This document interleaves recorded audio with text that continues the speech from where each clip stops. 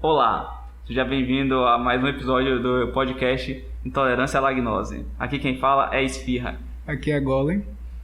E no episódio de hoje nós vamos continuar a explicação anterior sobre os pontos que levam até a imanetização. Isso.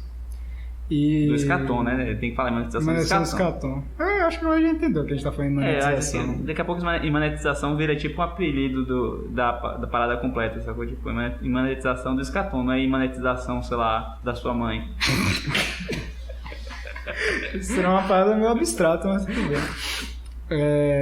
Então, no último a gente meio que falou sobre iluminismo. Sim. Eu não sei, acho que vai dar uma pena dar uma resumida do sei lá, a gente falou de Rousseau, a gente falou de Rousseau e falou que Voltaire é o primeiro jornalista da história, e acho que é isso que importa. Mas assim, só para dar uma sintetizada, até porque a gente tá falando de gnosticismo aqui, iluminismo, ele dá, né, são várias pessoas, como eu gostei de zoar, os moleques Eds, né, tipo aqueles moleques meio antissociais, que eles não concordavam com aquela maioria religiosa, com que a maioria religiosa pensava. Eles tiveram um certo, né, umas ideias que só eles tinham, e eles trocavam isso em cartas, e eles se achavam melhores que outras pessoas por acreditarem nessas coisas específicas, não entrando no ponto se essas coisas são verdade ou não, de que elas não são, mas eles, né, acreditavam que eram melhores, eles queriam impor esse tipo de conhecimento em cima do resto da população, e eles achavam que isso era tipo como as coisas deviam ser, assim que o mundo ficaria bom, se as pessoas aceitassem aquilo que eles tinham deduzido por eles mesmos. Qualquer coincidência com a nossa classe jornalística atual não é mera coincidência. Eles empurram pra gente o que é que eles acham que é melhor, e se o povo dizer algo que é contrário ao que eles dizem, eles ficam espantados. Como assim? O povo, ele é tão fascista? Ele é tão retrógrado? Como assim eles não seguem as nossas ideias? Né, ironicamente, geralmente as pessoas são de classes mais altas, elas não têm, tipo, acesso ao que uma pessoa mais comum vê e tem experiência, né? Tipo, eles têm aquele mundo fantástico na cabeça. Isso agora eu tô falando mais dos jornalistas agora, eu não sei se isso bate no curso iluministas, acho que sim. Claro, tipo, a questão é que não existia tia do Zap na época do iluminismo, então os caras tinham, sei lá, o monopólio da... O cara era burguesia, eles tinham o monopólio das impressoras, certo, faziam aqueles panfletos ultra revolucionários, tipo, hoje o rei usou o dinheiro do povo pra comer uma galinha. E aí o povo ficava puto porque não tinha galinha pra comer, e o rei comia com o dinheiro dele, sei lá, qualquer porra assim. Certo. E não tinha, sei lá, tinha do Zap pra falar. Denunciar. Tipo, esse mesmo burguês que tá fazendo esse panfleto, ele tá pegando seu dinheiro de juros e comprando 2 galinhas. Aí você ia querer matar o cara antes de matar o rei, sacou? Mas... Excelente exemplo. Eu ia falar, tipo, de Rousseau abandonando os filhos, mas não, vamos ficar com essa parte da galinha. Certo, então a gente meio que existe uma progressão do iluminismo, né? Porque assim, né, o iluminismo aí culmina com a Revolução Francesa. Não sei se a gente chegou a falar muito da Revolução Francesa no último podcast. Acho que não. Não sei se tem muito pra falar, as pessoas já sabem, guilhotinado todo mundo. O reino do terror. Mas é isso, tipo, pra deixar claro que, assim, dando um resumão, eu espero que não muito tendencioso, eu estou tentando descrever o que aconteceu. Morreu muita gente, tipo, teve o reino do terror, tipo, pessoas, sei lá, completamente inocentes eram acusadas de trair o partido, aquela paranoia, e quando a coisa saiu muito de controle, Napoleão assumiu, então meio que voltou a ser uma, entre aspas, monarquia, mas se chamava de imperador.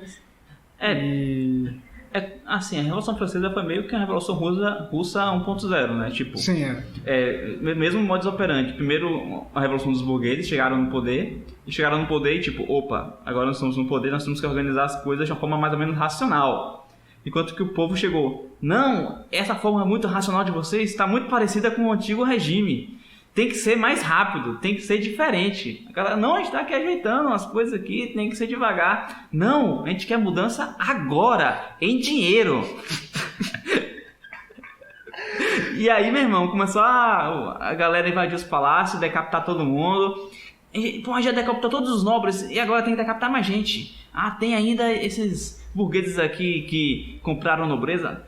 Decapita eles. Tem esses burgueses ainda comum, decapita eles. Pô, só sobrou agora a gente aqui, os Sans-Culottes aqui. Decapita eu. Mas peraí, mas... O cara que tá mandando decapitar foi decapitado. Exato. O cara que inventou a guilhotina foi decapitado. Exato. Robespierre, mas tem que tentar... Quem é o próximo pra decapitar aí? A galera ficou olhando assim um pro outro. Aí todos olharam pra Robespierre assim, ele... Tá olhando pra mim, porra? Foi. Próxima cena tá ele sendo decapitado. Foi assim. Exatamente. Foi assim que foi dirigido por Stanley Kubrick. Gênio nulo. Sim, foi mais ou menos isso, tá? Foi uma risada. Foi mais ou menos isso. E, tipo, é pra deixar claro que a gente tá falando aqui de um âmbito muito teórico e a Revolução Francesa é como culmina a ideia iluminista. Tipo, tudo que eles queriam que acontecesse, aconteceu ali. Só que, né, obviamente não foi o que eles pensavam. Uma coisa que eu achei engraçado é que você falou, tipo, a burguesia agora assumiu o poder, eles vão fazer o jeito deles. Você falou, tipo, que as pessoas estão reclamando, nossa, o que vocês estão fazendo tá parecendo muito com o antigo regime. Será que é alguma coincidência o fato que, tipo, o que eles estão fazendo parece com o que o antigo regime fazia porque era o que funciona? Né? Tipo, a sociedade funciona com uma certa estratigrafia de funções, entendeu? E aí você chega assim, amém, vai ser todo mundo igual aí. Como? Como é que vai funcionar esse negócio de igualdade? Eu não sou igual àquele cara. Mas aí, a galera tava com essa noia tão grande, temos que destruir o sistema porque depois que a gente destruir o sistema que vai vir depois vai ser perfeito. O que aconteceu? Opa, destruiu tudo, não tem mais nenhuma ordem na França. O que que acontece?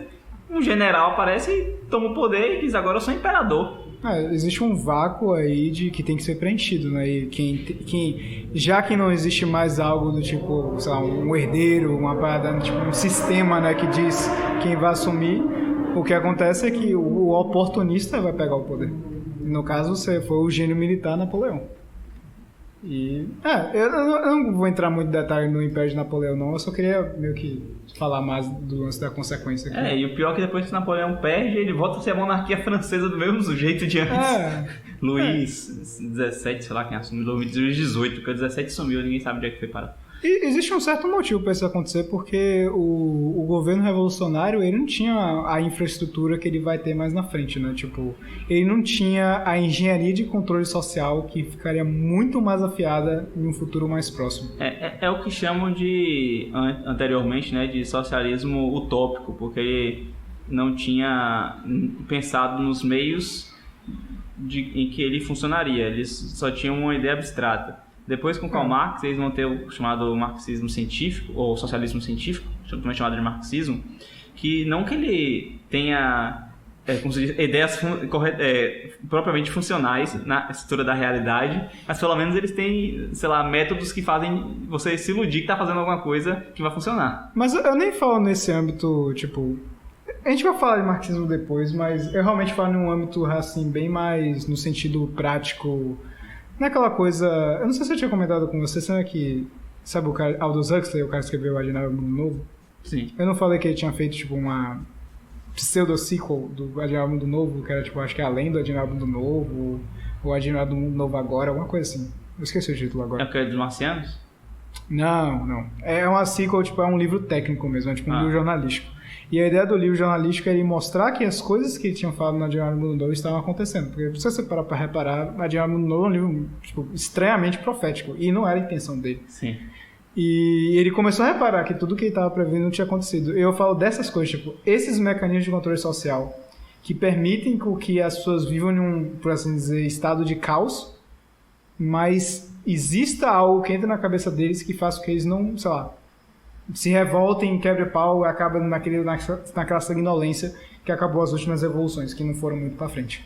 Inclusive, no lance do marxismo, a Rússia, ela não fez isso por causa do marxismo, mas porque a Rússia já tinha começado a estudar essas coisas, né, mais cedo que o resto, né, no caso do Pavlov, esse tipo de coisa aí.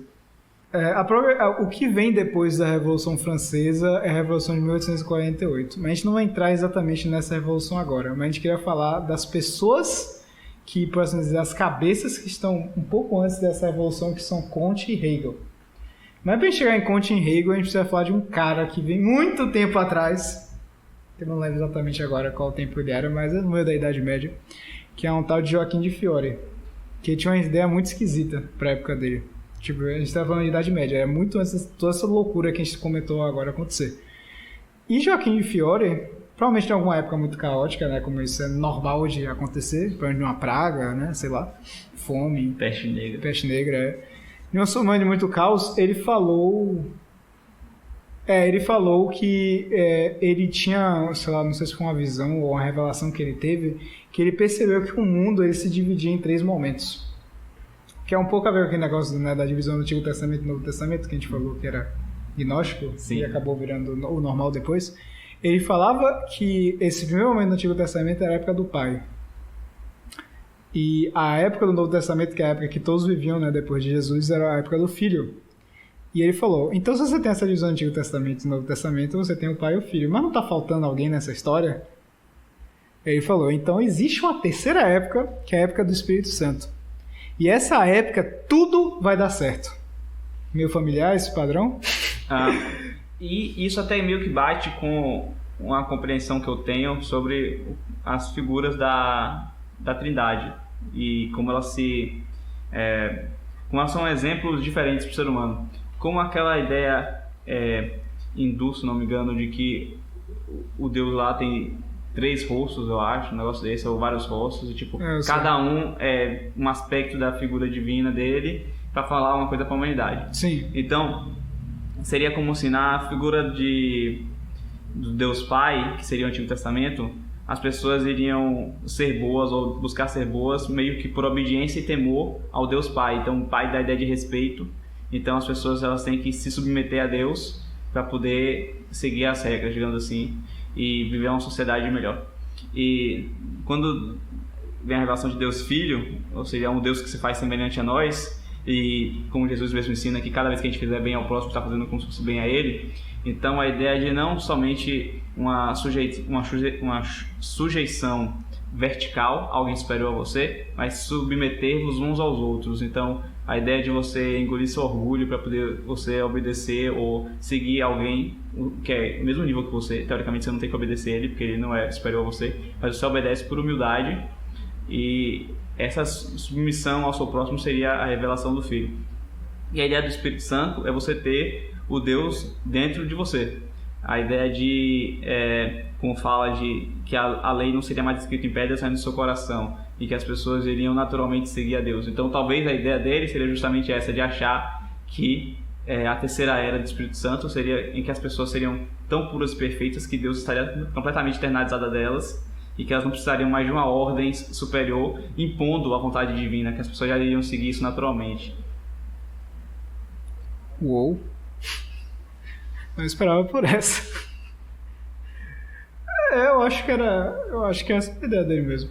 Eu acho que ele só errou em achar que isso se aconteceria dentro da história, né? Porque se a gente pensar nisso no ponto de vista cristão do novo céu e nova terra, a terceira era do Espírito Santo seria justamente essa, onde Deus promete que as pessoas não seriam mais pecadoras porque elas teriam a lei dentro do coração delas. Mas ele quis trazer essa terceira era para uma era temporal. E foi o erro dele, né? Digamos assim. Inclusive Joaquim de Fiore, pelos arquivos históricos que nós temos, ele é o primeiro exemplo de imanentização. E é uma parada bem direta, né? Tipo, não precisa nem explicar, já tá bem ali do jeito que ele tava falando. Ele simplesmente tirou algo que devia acontecer depois que a história acabasse e colocou em um momento histórico. Mais ou menos isso. E ele foi considerado como herege, inclusive. E aí, como é que essas ideias de Fiore passam para Comte, por exemplo, ou então Hegel? É isso. Eu acredito que não exista por assim dizer, uma transição direta, mas que Fiore indica, por assim dizer, a potencialidade do ser humano de ter essa ideia. Do tipo, ele é realmente o primeiro exemplo, assim, a gente teve, sei lá, 3.000, 4.000 anos de história e ninguém nunca falou algo perto disso. E que a gente falou, né? Tipo, não teria como a gnose surgir no meio do paganismo. E ele dá o primeiro exemplo da galera já imanentizando a coisa. Ele já não é nem mais a gnose clássica. É aquele tipo de coisa. E eu acho que o mais perto que eu podia dizer é que Comte e Hegel, eles vivem em um momento... Comte mais especificamente, Hegel eu não sei tanto. Em um contexto muito similar ao que Fiore vivia, né? Porque Comte, ele está ali naquele meio termo entre a volta do Antigo Regime e o fim da Revolução Francesa. Que ele vê tanto o Antigo Regime como a Revolução Francesa como erros crassos. Tipo, ele fala que não era para ser nenhum dos dois. Existe alguma coisa além disso que a humanidade poderia alcançar e as coisas finalmente podiam ficar boas e equilibradas, que era esse sonho dele, né? Ele só via esse caos, ele queria achar essa ordem em algum lugar. E aí que ele começa nessa ideia dele de a igreja da humanidade, ele começa a fazer escritos e ter essas ideias.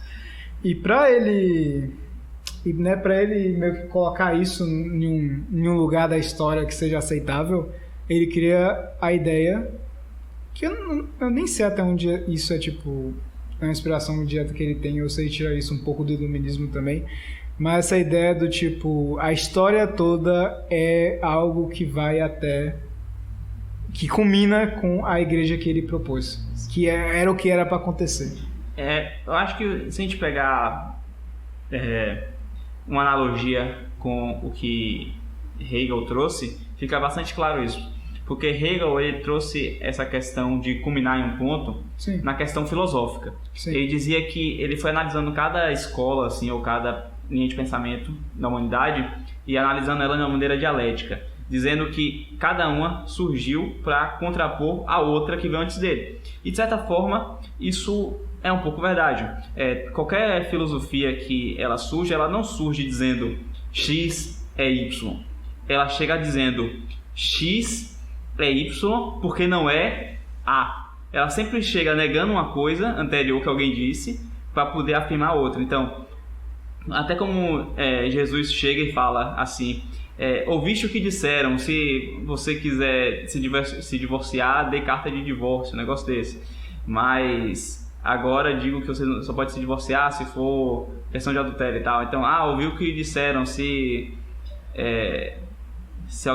você amei somente os seus amigos e odiei seus inimigos, mas eu digo amai seus inimigos, um negócio desse. Então, sim. Toda vez que alguém chega para afirmar uma coisa, geralmente você chega primeiro contradizendo uma coisa que vem antes de você, para depois se afirmar. Sim. Então, Hegel tem essa visão, que não é errada, de que cada filosofia que vinha chegando, ela se contrapunha à antiga, superando-a e dando novos dados.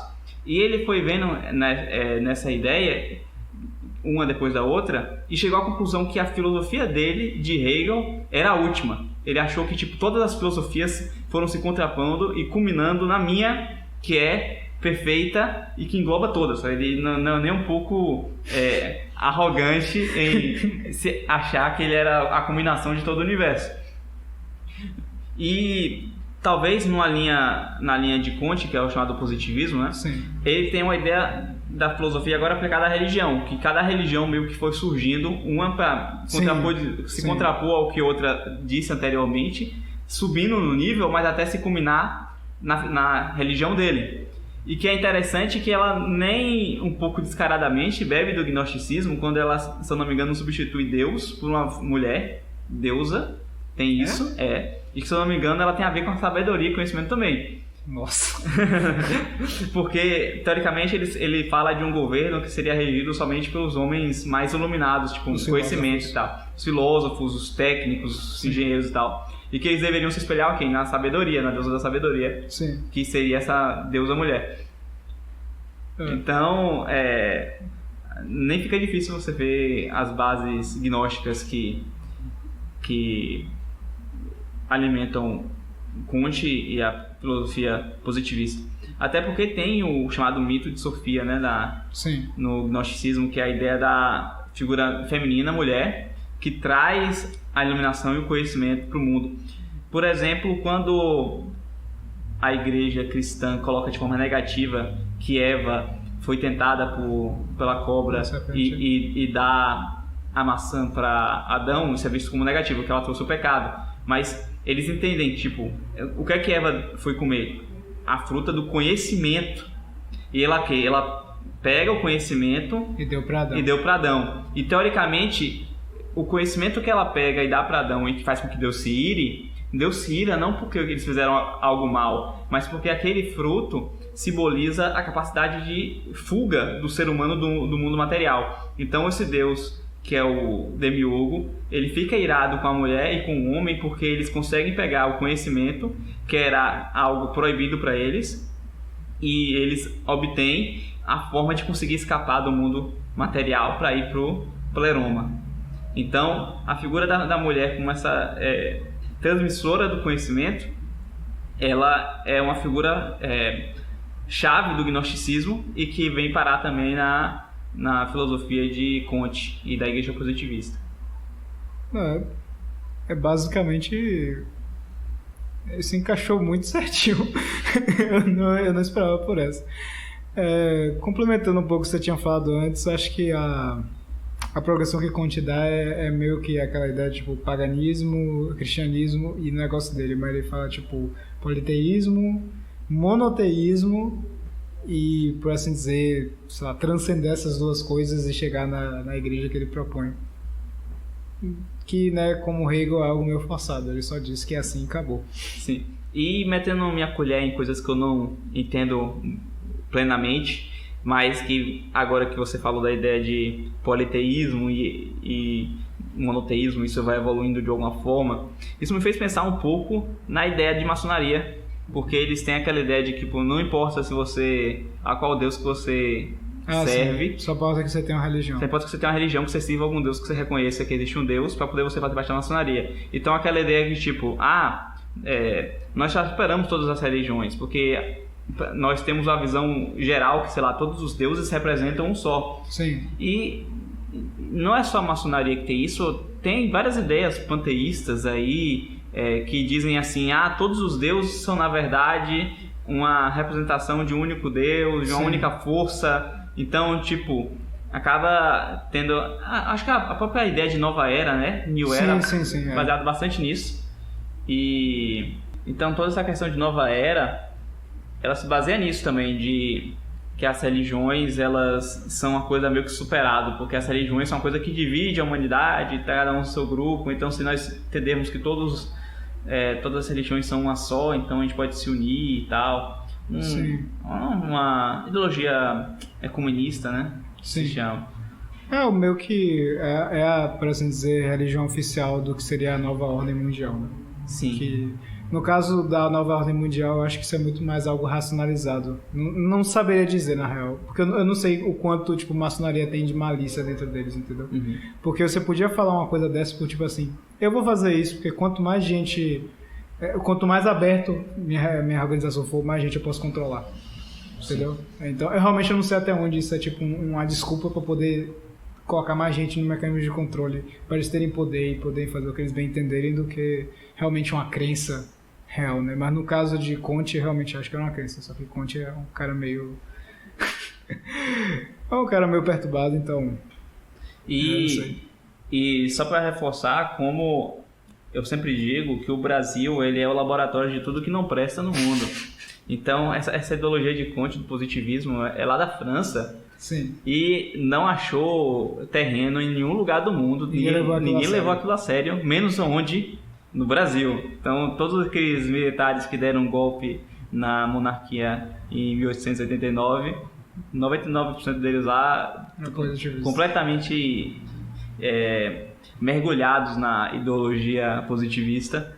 E só para lembrar como é que foi os primeiros anos da nossa república, foi basicamente ditadura, governo da espada, sei lá, um negócio desse. Aquela ditadura, primeiro com Deodoro, depois Floriano Peixoto. Tipo, basicamente a melhor parte é Floriano Peixoto perseguindo uma galera de navio desde o Rio de Janeiro até Florianópolis. O cara pulou do navio. Exato, que tipo, acho que era a Ilha do Desterro, só ficou Florianópolis porque, sei lá, Floriano Peixoto chegou lá e matou o cara. Não sei. Você vê que o positivismo cria boas personalidades e um governo bem interessante. Sim. E se em algum momento aqui nesse podcast a gente for comentar da história do Brasil também, recente, em algum momento, o positivismo vai ter um papel muito relevante no chamado regime militar ou ditadura militar, seja lá como você queira chamar isso, que basicamente matou a política brasileira. Sim.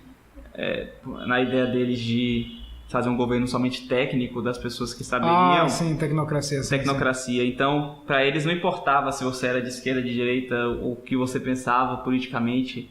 Para eles o que importava era, tipo, essa ideia que as pessoas acham que ela é sem nenhuma ideologia, mas na verdade ela é sim bastante ideológica, que é o pragmatismo, né? Você achar que eu vou fazer qualquer coisa, não importa, desde que ela dê resultados.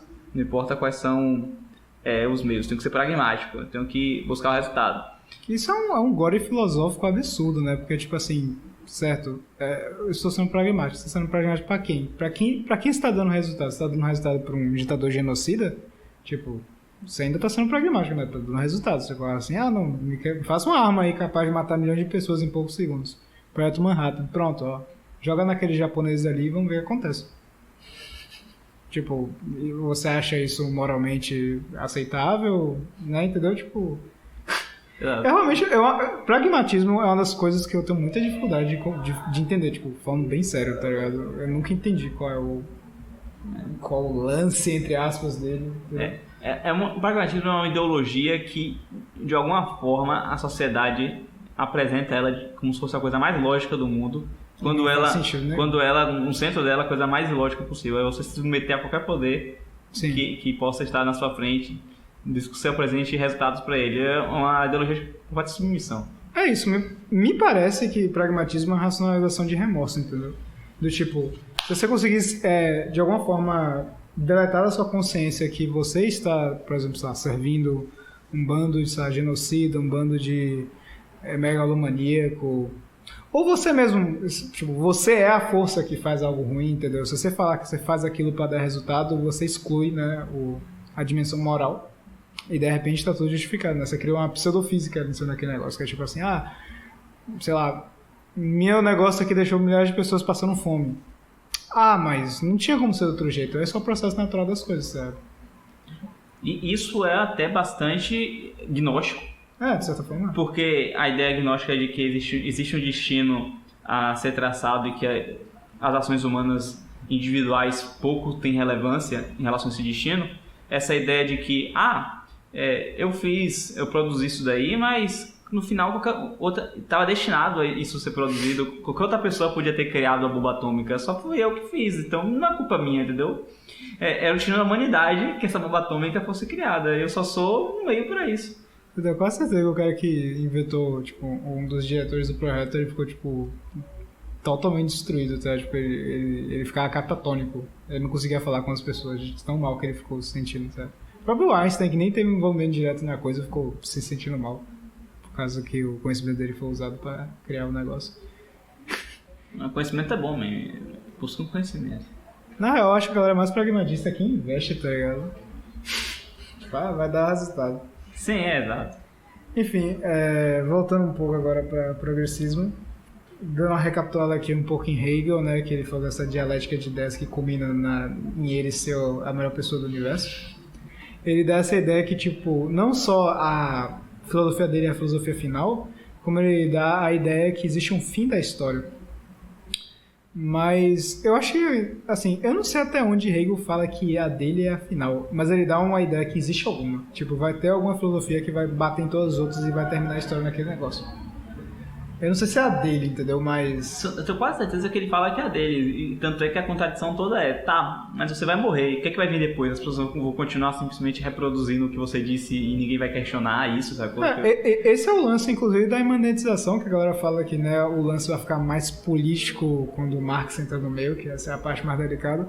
Mas fica implícito, até por alguns discípulos de Hegel, que, tipo, a galera realmente acreditava que a Alemanha ali estava no cume de tudo, tá? Tipo, eles eram os melhores em tudo, eles tinham a melhor economia, a melhor sociedade, e, tipo, Hegel, que inclusive eu acho que o nome dessa época tipo, o nome desse pensamento todo é idealismo, e é justamente que tá tudo dando muito certo, e ele realmente se convence que ele fez a parada perfeita porque tá tudo indo muito bem, ou pelo menos nos olhos dele, né? Marx vai discordar que tá indo tudo muito bem, mas é aquele negócio, se não for aquela época, alguma época vai ser, então tem esse fim da história oficial que, tipo, agora tudo vai ficar bem.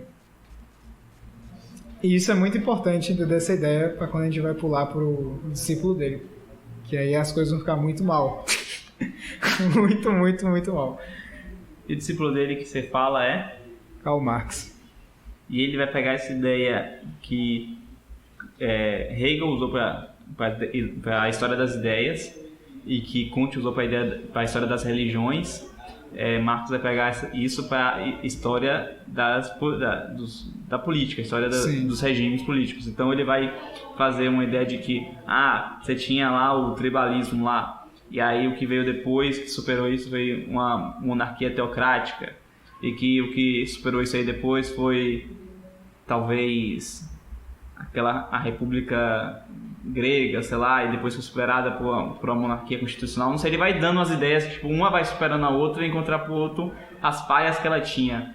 E vai chegar no momento que ele vai dizer que... Não só falhas, mas também, tipo, porque Marx aí dá essa ideia da disputa de classes, né? E, tipo, tem muito da coisa do tipo, o governo muda porque a classe inferior tomou o poder. Que é muito daquilo que a gente tinha falado antes, só que de uma forma um pouco mais bagunçada e genérica. E ele sempre dá essa dualismo que, tipo, ele muda porque a classe que está de baixo está com muita raiva da classe que está de cima e ele precisa depor de alguma forma. Assim, Marx, na verdade, ele não era historiador, ele não sabia nada de história. Então, tipo, ele achou que as coisas funcionavam assim, ou ele quis que as coisas funcionassem assim. Porque quando você olha na história... É uma bagunça. Tipo, raramente as classes baixas tiveram qualquer influência em mudar o sistema de governo, pelo menos até a história mais recente. Tipo, a primeira vez que eu... Olha lá. Exato, tipo, a primeira vez onde as classes mais baixas tiveram qualquer participação foi já na época da Revolução Francesa. Por isso que o nome, Revolução. Antes não houve nenhum tipo de revolução. Sim. Até o que chamam de Revolução Americana não foi revolução, foi só uma guerra de independência. Não houve uma subversão da ordem social. Eles estavam querendo manter a ordem social que eles tinham nos Estados Unidos, que a Inglaterra estava querendo meter a mão. Então, revolução mesmo só na Revolução Francesa. Antes disso, sempre, de alguma forma, os poderosos se entendiam entre si, davam golpes entre si, matavam o irmão. Sim. O esquema nobreza padrão. Exato, então... A classe religiosa queria mais poder e botava um monarca que seria mais favorável a eles e dava os golpes. Então... Não, é isso. E, inclusive, se você supor que, sei lá, Marx seguisse aquela linha de raciocínio que a gente fez no último podcast, de, tipo, que tem a classe espiritual, que cai para a classe guerreira, que cai para a classe econômica, que ele não fez isso, para deixar claro, sei lá, você poderia perceber que a queda da classe espiritual não é uma revolução. É literalmente a consequência natural de um caos interno que rolou, claro, um acúmulo absurdo de corrupção interna. Sim. Mas, tipo, foi uma consequência, tipo, Lutero não tava guilhotinando ninguém, muito menos Calvino, tipo, ele foi lá, pregou umas paradas, chegou uns príncipes no meio, falou que era independência, bora nacionalizar e já foi, o negócio era de controle completamente e já foi. Sim, a classe sacerdotal, muitas vezes, ela compila dentro de um povo as ideias de nacionalidade e tradição daquele povo. Sim. Então, no momento que essa civilização entra em ruína, justamente com suas tradições, naturalmente essa classe espiritual, sacerdotal, ela cai junto. Sim. Então, ela é somente um indício do declínio daquela civilização. Sim. E Marx acreditava, tipo, que, né, classes... Inclusive, uma coisa que vale enfatizar, que quando a gente fala de classes, Marx, ele acredita em uma coisa até meio fantasmagórica, que a classe, ela atua como se fosse um órgão só, entendeu? Então, tipo, você, sei lá, se você é um príncipe, você tem que agir daquela forma, você age como a classe monárquica devia agir. Não, se você é burguês, você explora as pessoas, não existe um espaço para você ser um burguês esclarecido, entendeu? Que pelo menos os iluministas davam esse colher de chá. Marx não dá isso, ele só realmente fala que a classe como se fosse esse conflito, né, meio que pré-determinado acontecendo. Isso é importante para entender algumas coisas que vem mais à frente. Não, é só isso que eu ia falar, assim. E a ideia da luta de classe de Marx, ela é a materialização do que Hegel está falando com as ideias, né, que da mesma forma que uma ideia refuta a outra e fala que uma classe supera a outra. E ela supera porque sempre foi o interesse dela superar. É mais ou menos isso. Se eu não me engano, Marx ele traz uma ideia de que a cada teórica, já que ele não era historiador, não sabia de nada do que estava acontecendo, mas a cada teórica revolução que as classes mais baixas fizessem, ele, por exemplo, fala que Jesus Cristo foi o líder de uma revolução dos mais pobres na Judéia e que trouxe uma ideia de comunidade cristã, de pessoas que compartilhavam coisas. Sim, Ok. o nível de shitpost de Marx é esse. Então, ele meio que traz a ideia de que a cada revolução que o povo faz, o governo, para tentar tipo, acalmar os mais pobres, ele concede algumas migalhas, sacou? Tipo, ele meio que vai trazendo a ideia de que a cada revolução que, digamos assim, não foi muito bem sucedida, os poderosos foram dando cada vez mais migalhas e essas migalhas meio que foi fortalecendo o movimento até culminar nele, onde agora o povo não aceitaria mais as migalhas que as classes poderosas iriam dar e eles iriam finalmente assumir o poder para romper esse sistema, e agora finalmente seria o ápice de toda essa história que negaram para as classes mais baixas. Ia culminar agora no socialismo, onde não existiria mais essa diferença de classe. Teoricamente combina no comunismo, né? Mas Sim. Isso é mais detalhe. Exato. Socialismo seria o processo, né? Para chegar no comunismo. Mas é isso. Eu tenho quase certeza que antes tinha outras classes. Acho que era uma briga de, sei lá, 3 ou 4 classes, não sei. Eu realmente não entendo mais essa parte de classe, mas meio que termina com os burgueses, né? Que realmente eu não consigo pensar de outro jeito. Pra mim é aquela linha de raciocínio que eu já tinha falado, né? Tipo, classe espiritual cai, classe guerreira cai, fica lá os burgueses. Eu não sei como é que Marx racionaliza essa parte, mas ele raciocina de alguma forma. E na hora de chegar nos burgueses, ele acredita que já que é um processo natural, que eventualmente, meio que profeticamente, o proletariado, a classe servil, vai se revoltar e tirar os burgueses sem nenhuma, por assim dizer, incentivo. Eles vão fazer isso naturalmente. O que é meio irônico porque não aconteceu. É isso.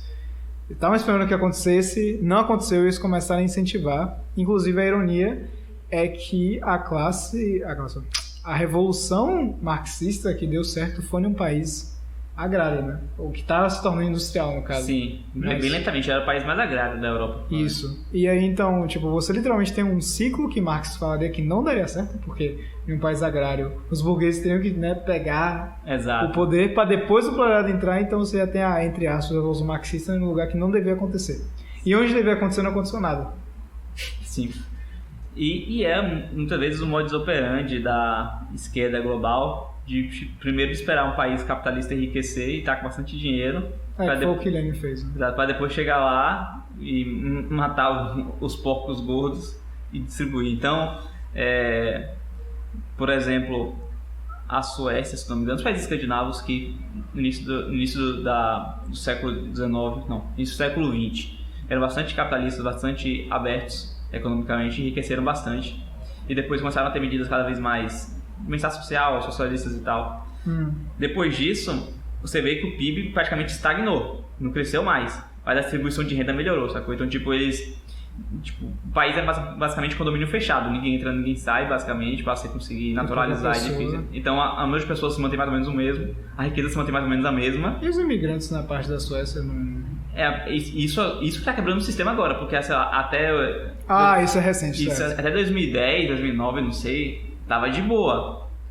Meio que fechado ali, não tinha muito imigrante, PIB normal, constante, população meio constante, bem-estar social, todo mundo vivendo naquele marasmo de tendências suicidas de qualquer povo que não tem mais nenhuma ambição a fazer. Descobri que o cara morreu, tipo, o corpo do cara tá 6 meses no apartamento e ninguém foi olhar se ele tava vivo ou não.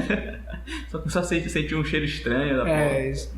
Então tava nessa de boa, agora começa a chegar imigrante agora e o sistema começa a colapsar. E a galera fica, ou a gente afunda de vez, ou a gente tem que abrir a economia e a despeito de aumentar a desigualdade para poder gerar renda para depois de alguma forma aguentar, enfim, dilemas das gnoses modernas.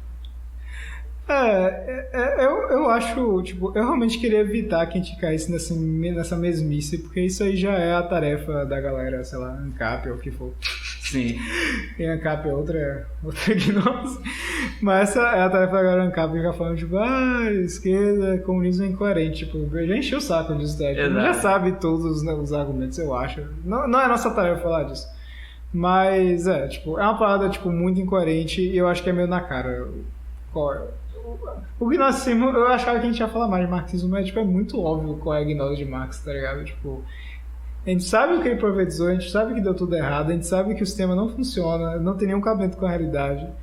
A gente sabe que a imanentização, que ele propôs algo que deveria ficar tudo bom, não deu bom. E eles insistem ainda, né? Até agora. O problema é que Marx, ele inaugura uma linha de imanentização política que as outras pessoas vão seguindo naturalmente e colocando Marx não mais como ápice, mas como uma própria escada desse caminho da imanentização. Então, sim. Então diz assim, Marx, ele meio que inaugurou essa linha de pensamento do proletário assumir o poder, mas na verdade ele só era mais uma escada. Então nós continuamos andando, evoluindo para chegar nesse governo perfeito. Então aí vem Antônio Gramsci, vem Herbert Marcuse, vem New Left. Então todos eles se sentem como sucessores espirituais de Marx. Sim. Por isso que todos eles se consideram marxistas, mesmo que eles hoje defendam basicamente o contrário de tudo que Marx defendeu. Não, é uma ironia, tipo, uma das coisas que Marx insistia muito é que o proletário deve ter muitos filhos, até porque, tipo, né, vamos supor, se fosse uma revolução marxista, quanto mais gente pra matar burguês, melhor, né, tipo, isso faz muito sentido. Fora que, tipo, Marx tá falando que o poder do proletariado tá falando, tipo, quem produz a riqueza? O trabalhador. Então, quanto mais gente, mais riqueza, e a gente vai ter acesso a essa riqueza e a gente expulsa os burgueses e tudo vai ficar bem, né. Uma das primeiras medidas que aconteceu quando a revolução lá da Rússia aconteceu é que houve entrou aqueles intelectuais mais boêmios, né? Tipo, a galera que tinha aquele negócio do esquerdismo romântico, tipo, a Rússia vai ser um lugar legal, eu vou fazer o que eu quiser, não tem mais propriedade privada, tá tudo de boa.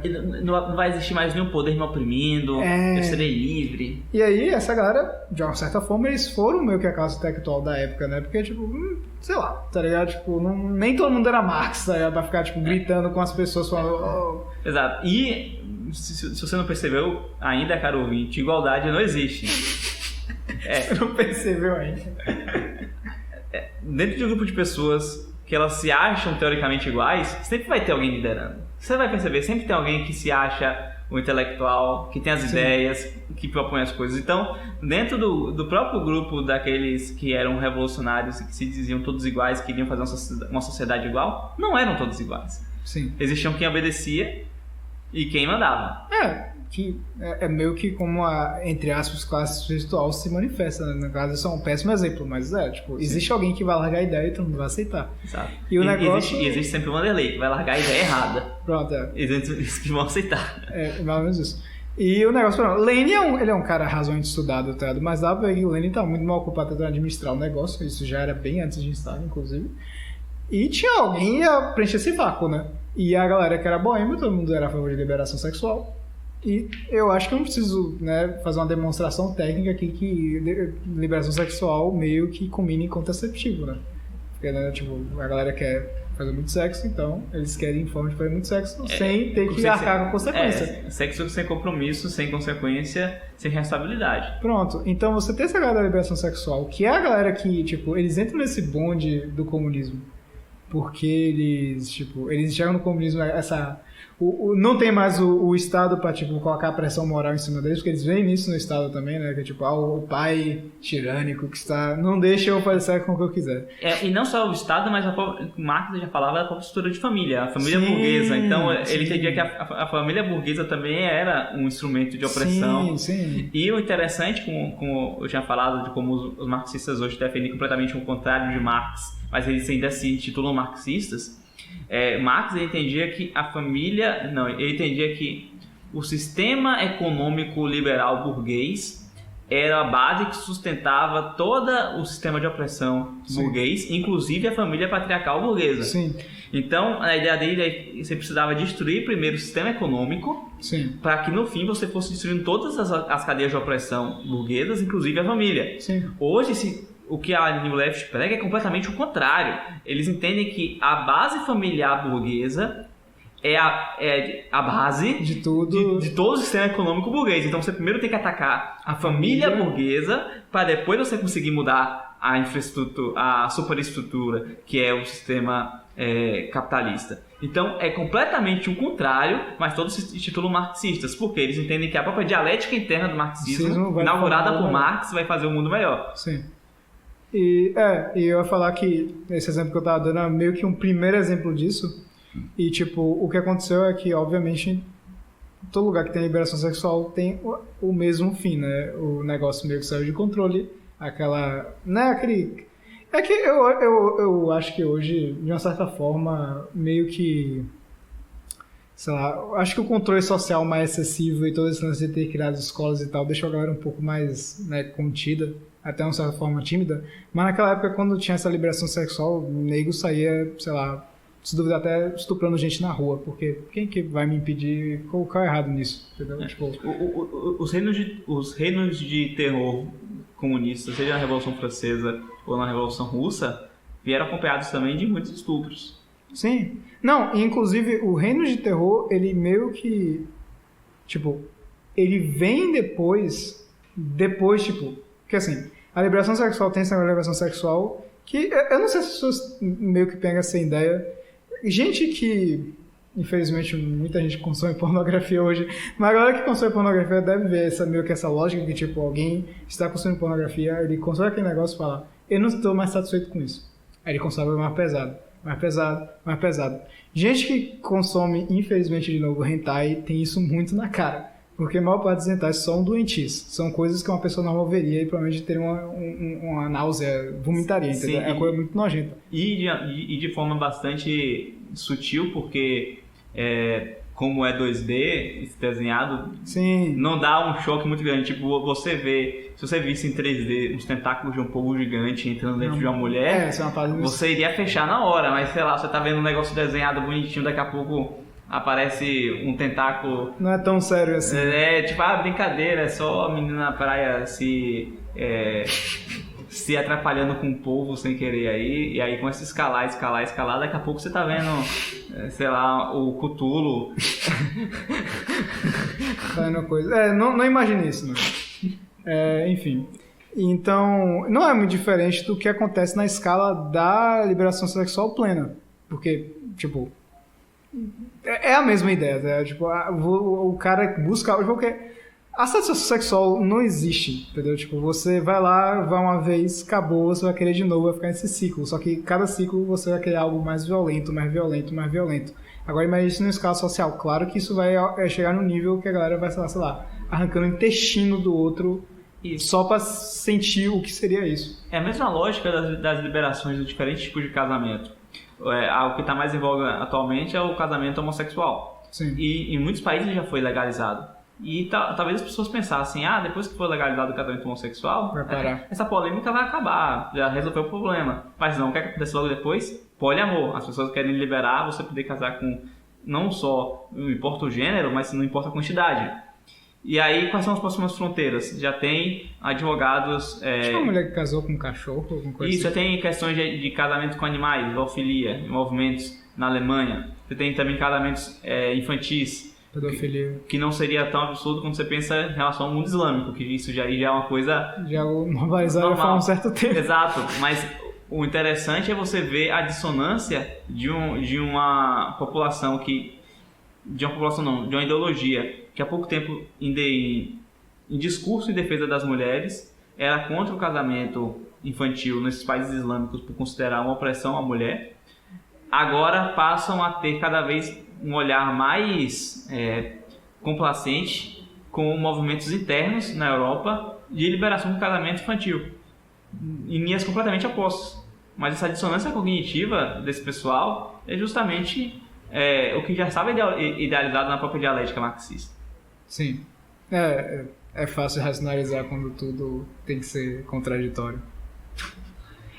Mas é isso. Esses reinos de terror, que inclusive o que sucede essa parte da Revolução é a vinda de Stalin.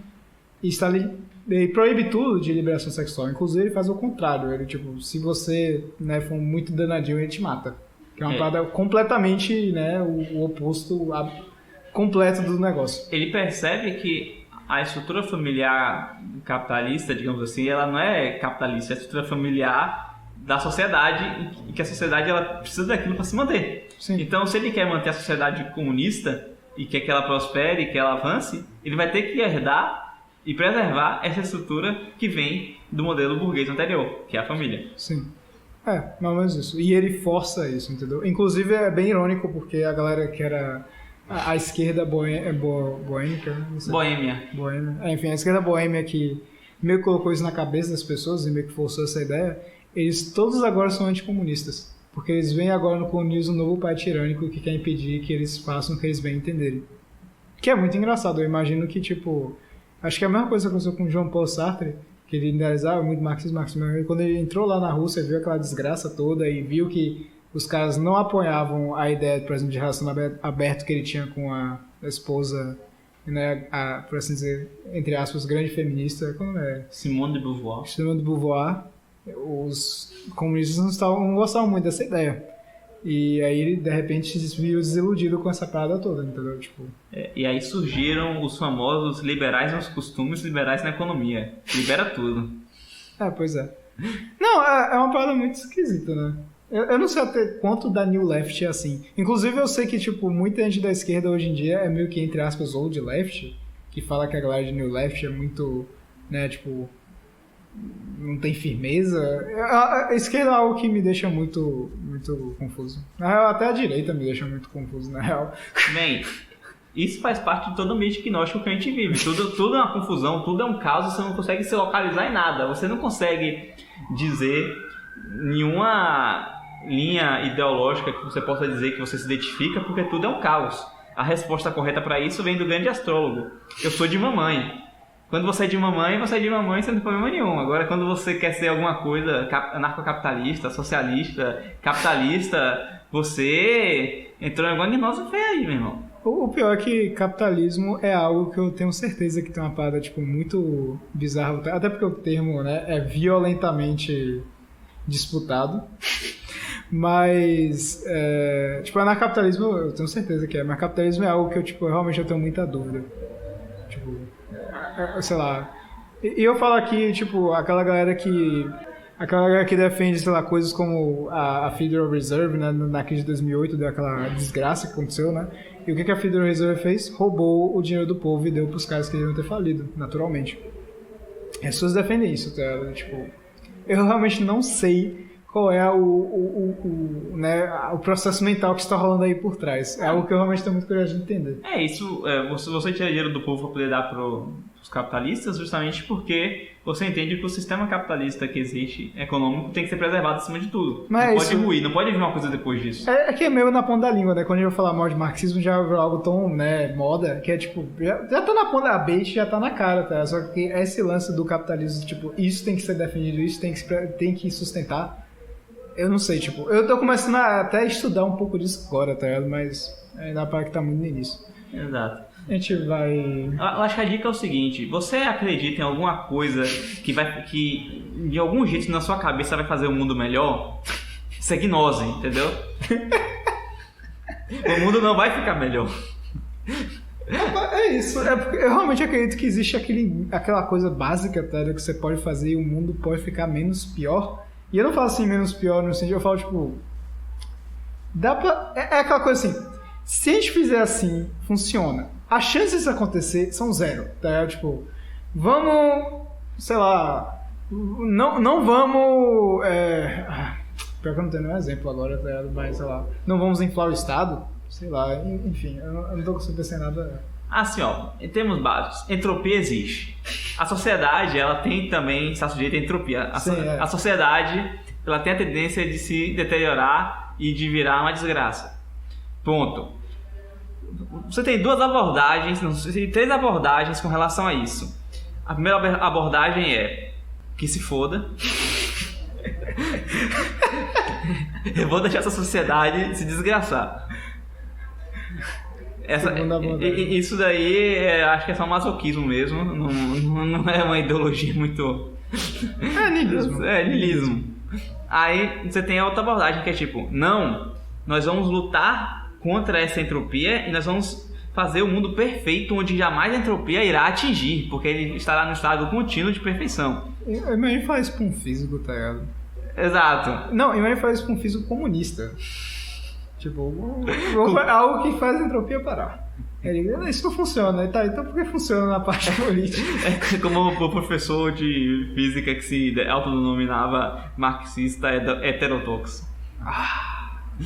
Enfim. Brilhante. E existe as únicas linhas racionais, que é você dizer, a entropia existe, a sociedade tende a isso. Eu sei que a sociedade que eu vivo alguma hora vai ruir, como a galera de Roma se iludia dizendo que Roma iria viver eternamente e não viveu. Olha, qualquer sociedade ironicamente eles estavam certos, mas isso é outro podcast. Qualquer sociedade entra em declínio, então o pensamento correto é: essa sociedade vai entrar em declínio, mas eu não quero fazer parte desse declínio. Sim. Eu não quero ver essa desgraça, então eu vou me esforçar e motivar as outras pessoas ao meu redor para se esforçarem, para que no nosso período de vida isso aqui se mantenha de uma forma razoavelmente vivível. Sim, sim.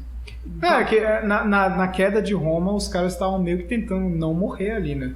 Exato. Mesmo que a estrutura toda foi pro cacete, peraí, a gente vai nos feudos aqui, se organiza, a gente não morre porque tem um bocado de cara saqueando a gente aqui o dia inteiro. Tá? Exato. Tipo, opa, nós temos alguns conhecimentos. A gente é de Roma, a gente sabe fazer moeda, a gente sabe fazer muro, tipo, fazer fortificação. Então, bora fazer umas cidades muradas, viver dentro delas, plantar, colher nossas terras e a gente vai viver bem. Sim. Aí você tinha outras duas galeras, umas, não, Roma viverá para sempre, vou continuar em Roma, Roma vai ressurgir, nunca que Roma será destruída. Se fuder. Famoso roleplay aí. Exato. E você tem outra galera que foi tipo, vai tudo vai ser uma desgraça, vai todo mundo morrer, não importa o que você fizer, não, as cidades moradas também vão destruir elas também, não tem mais jeito. E vai todo mundo morrer. Todo mundo morrer e... Não deve ser morrido mesmo, né? Porque quem fica com essa mentalidade morre. Então, cada semana tem que sobreviver, meu irmão. É darwinismo social. Outra gnose. Outra gnose. Tá vendo? Aí, ó. A gente teve que explicar uma parada e já apelou pra uma parada errada. Que como a gente vive num mundo desse? Vai todo mundo morrer mesmo. Gnose é isso aí, pô. Você acha que fugir de uma você cai em outra. Pulou em uma panela pra cair no fogo. Exatamente. Você pula da fogueira pra cair dentro do, sei lá, do caldeirão.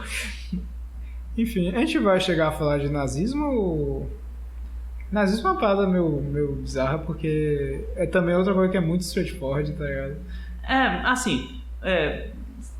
Pegando tudo que você, nosso ouvinte, acabou de pegar de humanização e também de marxismo, Marx falou que as classes elas se comportavam como uma só. Sim. Então, existia um interesse global do proletariado, digamos assim.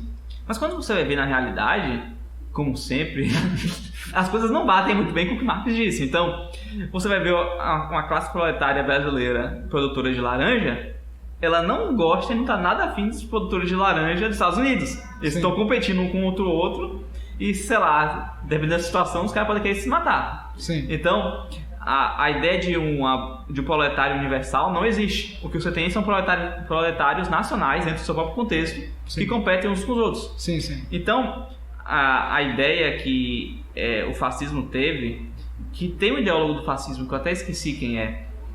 Eu acho que eu sei quem é, mas eu esqueci o nome. Não sei se é Benito Croce ou... Não, Croce não. Enfim, Hitler produziu pouca coisa. Tipo, ele pegou essas ideias que já existiam do fascismo e aplicou na situação alemã atual, na época dele. E tem aquela ideia, né, que tipo, o fascismo e o pior que... depois que esse negócio dessa discussão de se o nazismo é socialista ou não, isso degenerou num chipuxa tão absurdo que realmente eu me perdi, tá ligado? Sim. Mas eu lembro que alguém comentou que, tipo, o fascismo ele nasce tipo, de um socialismo que esse socialismo falava, esse socialismo internacional não vai funcionar. Se a gente fizer um socialismo aqui no nosso país, eu acho que dá certo. E depois entrou essas outras maluquices de raça no meio, mas eu ouvi alguém falando isso, eu não esqueci quem foi, não sei se duvidar foi o astrólogo, não lembro. Pode ser, mas voltando para a ideia do nazismo no caso, a ideia é que Hitler e outros ideólogos fascistas entenderam que fazer um governo proletário universal não funciona, porque cada proletário nacional tem seus próprios interesses. Sim. Então, o que seria o governo proletário da nação alemã? Então, se você vai pensar no governo proletário da nação alemã, você tem que pensar quais são os poderes que oprimem o proletário alemão. Na época, você tinha a República de Weimar. Que era o fundo do poço. Exato, que era basicamente o governo fantoche das outras potências que tinham ganhado a guerra. E era uma desgraça. Tem que enfatizar muito isso. Exato. E na época de desgraça, como nós comentamos sobre o episódio acho que o episódio 2, que eu falei dos judeus lá que voltaram do cativeiro e começaram a pegar empréstimo. Então, na época de crise, você tá sem dinheiro, você faz o quê? Você pega empréstimo. E quem é que vai emprestar? Os banqueiros, que muitas vezes são... Muitas vezes são pessoas reptilianas. Reptilianas. Nosso podcast é o podcast mais politicamente correto da história. Bem, se você duvida, é só você olhar a cara de Mark Zuckerberg. Se você me disser que aquilo ali é humano, eu te mando pra sua casa um brinde exclusivo do Intolerância à Lagnose. Você só precisa provar que Mark Zuckerberg é humano. Enfim. Isso vai pegar muito mal. Vai pegar muito mal. Continue. Enfim, então, na época da crise alemã, os judeus, eles enriqueceram bastante. Sim. E eles eram os donos de bancos em geral. Então Hitler percebeu o seguinte, que o proletário alemão estava sendo oprimido por uma burguesia judia. Sim. Então ele traz a ideia de nacionalidades. Sim. Não são somente guerras entre classes, mas são classes nacionais. E o pior ainda, raças. Exato. E a própria ideia de que a gente tem hoje de primeiro mundo e terceiro mundo, ela não é uma ideia socialista, ela é uma ideia da época do fascismo. Sim. Que dividiu o mundo não entre burgueses e proletários, mas entre nações burguesas e nações proletárias. Nações que oprimem e nações que são oprimidas. Sim. E depois os socialistas vão pegar essa ideia, fingir que os socialistas nunca disseram isso e falar: vocês estão sendo oprimidos pelos capitalistas, se unam a nós. Então, voltando, se você pegar um discurso básico socialista, dizendo assim: os burgueses estão oprimindo os proletários, eles ganham a renda deles através da nossa opressão e da mais-valia. Sim. E nós precisamos destituir essa classe burguesa e expropriar os seus bens, porque na verdade esses bens são que eles conseguiram roubando de nós, e nós temos que e se eles não aceitarem isso, nós temos que fazer isso à força, inclusive matando, como aconteceu na própria União Soviética. Então, se você pegar essa ideia universalista, digamos assim, que se aplica a qualquer lugar do mundo, e colocar especificamente na situação alemã, naquela situação, na situação alemã ali na década de 30, que é onde Hitler aparece, basta você adaptar alguns termos. Então, tipo, nós, os proletários alemãos, estamos sendo oprimidos pelos burgueses judeus que eles ganham dinheiro através do nosso sofrimento, e nós temos que expropriar as propriedades deles, e se eles resistirem a gente mata eles. Então, tipo, é a mesma ideia, só que aplicada agora numa etnia específica. Exato. E é por isso que as pessoas assim, ninguém quer ser vinculado ao nazismo. Tipo, o nazismo é o patinho feio da história, tipo... o nazismo, ele realmente ganhou na imaginação mundial, tipo, o papel de vilão. Isso. Então, a direita não quer ser associada ao nazismo, nem a esquerda. Então, muitos professores, tipo, a maioria dos professores de história no Brasil são de esquerda ou foram educados numa linha de esquerda. Sim. Então, a primeira coisa que eles ensinam assim no ensino médio é dizer: não, o nome do partido era Nacional Socialista, mas não tem nada a ver com socialismo. Esse nome aí foi só, tipo, uma coisa para chamar atenção, não sei o quê. Enfim, qualquer justificativa bosta. Mas, na verdade, a próprio nome Nacional Socialismo, né, que vem a palavra nacional socialismo, que vai da palavra nazismo. É uma abreviação. Sim. Então, a própria ideia de nacional-socialismo é você pegar a ideia do socialismo, que é algo universalista, internacional, e aplicar a ideia de nação alemã. Então, o nome é perfeito para isso. E aí você pergunta: por que eles lutavam contra os socialistas? Porque eles eram outra nação. Porque como eles eram internacionalistas, até o nome do hino da União Soviética, Internacional Socialista, eles suprimiam a ideia de nação. Eles não entendiam que no novo socialismo que deveria regir o mundo, deveria existir nação alemã ou qualquer tipo de nação. Sim. Então isso bate completamente de encontro à ideia de nacionalismo, socialismo. Sim. Por isso que eles se matavam. Não é de se espantar que os socialistas se matassem uns aos outros. Até dentro da própria União Soviética, trotskistas e stalinistas estavam brigando justamente por uma questão também relacionada à nacionalidade. Um defendia que primeiro a revolução devia ficar só na Rússia. E o outro falou que já devia ser internacional de primeiro. Exato. E o segundo morreu. Exatamente. Então você vê que os argumentos mais utilizados para tentar desvincular o nazismo da esquerda são furados. Mas não quer dizer que também não tenha elementos ditos de direita. Sim. Como se você vai dizer que nacionalismo geral é uma coisa de direita, então seria de direita. Mas também se vai dizer que uma revolução proletária é algo de esquerda, então é de esquerda. Eles mesmos se definiam como algo de terceira via. Sim. Porque eles estão assumindo... porque eles abominavam tanto os capitalistas quanto os caras da Internacional. Exato. E de certa forma, isso entra na própria ideia de Marx de dialética de dois sistemas. Sai uma síntese. Exato. Então, isso é antítese e síntese. A gente nem comentou isso, né? Que sempre na dialética tem isso. Você tem a tese, a antítese e a síntese. Exato. Então, eles viram que os fascistas eles se entendiam como a síntese dessa dialética do capitalismo, que era a tese, aí veio o comunismo, que era a antítese, eles eram a síntese. Então, eles mesmos se incorporavam nesse esquema gnóstico de monetização de Escaton. Sim. Como o ápice dessa evolução da ciência política. Sim. Perfeitamente. Eu só acrescentaria que, que a República de Weimar foi a gente já comentou aqui, mas o poço primordial deles. E uma coisa que é muito interessante, que, tinha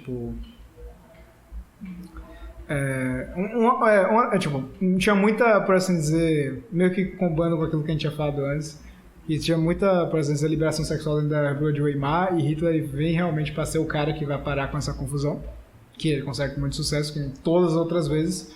Mas uma coisa em particular que é muito interessante é que tinha um cara no meio dessa suruba, por assim dizer, que era um judeu gay, e ele estava lutando politicamente para tirar uma lei lá, que era uma lei homofóbica, que não deixava, não sei se era ter casamento gay ou proibir o cara de ter qualquer relacionamento homossexual. Provavelmente na Inglaterra, acho que até a década de 30 talvez, tinha uma lei que castrava. Prendia. Não, tinha uma lei que prendia e castrava. E aí tinha uma lei dessas na Alemanha, e esse cara, esse judeu e gay, ele tava tentando fazer esse negócio. E o negócio é que, já que esse cara, ele já era meio que o símbolo que a galera odiava, né? Tem que lembrar que por mais que um lugar ele tenha totalmente destruído, a população em geral, inclusive quanto mais destruído o lugar for, mais a população vai se sentir assim. A população em geral realmente é muito conservadora, né? Até porque quando você tá muito mal, você quer, né, conservar o que você tem e meio que tentar conter o nível de danos o máximo possível. Então não é de se estranhar que a população da Calábria era extremamente xenofóbica e principalmente extremamente homofóbica, porque o que eu acho que eles precisavam mais no momento era ter filho, porque os caras tinham já morrido na guerra e eles precisavam repor a população. Então tinha esse cara que já era, né, gay numa época que ninguém estava muito feliz com essa parte, e ele era judeu, que era algo que também ninguém gostava. Ou melhor, eu acho, agora foi mal, eu tenho que dar no achismo de novo, eu acho que até aquela época a percepção de judeu na Alemanha era aceitável, até porque tinha muito judeu na Alemanha. Sim. Era um dos poucos lugares que os judeus eram tolerados, porque do resto já tinham sido expulsos. Sim. E aí, por causa desse cara e também por causa da campanha de Hitler, os judeus começaram a ganhar essa má reputação. Mas esse cara tem um crédito muito especial, porque Hitler gostava muito de apontar para esse cara Porque esse cara já era tudo que a Alemanha odiava. E ele era judeu. E ele tinha esse discurso, né, de colocar o judeu como o burguês. Então ele pegava, quem é o cara que simboliza tudo que eu odeio e a Alemanha também odeia? E de certa forma é aquela ideia de first world problems. Tipo, a galera tá se fudendo pra conseguir comida. Sim. Eles não estão interessados se vai, sei lá, vai ter lei que liberalize gay ou não, sacou? A galera quer emprego, a galera quer comer e tal. Aí, tipo, você vai ver, sempre é os caras de elite do Leblon que, tipo, eu sofri homofobia porque o cara olhou torto pra mim no metrô e aquilo destruiu meu dia. Estou tão deprimido.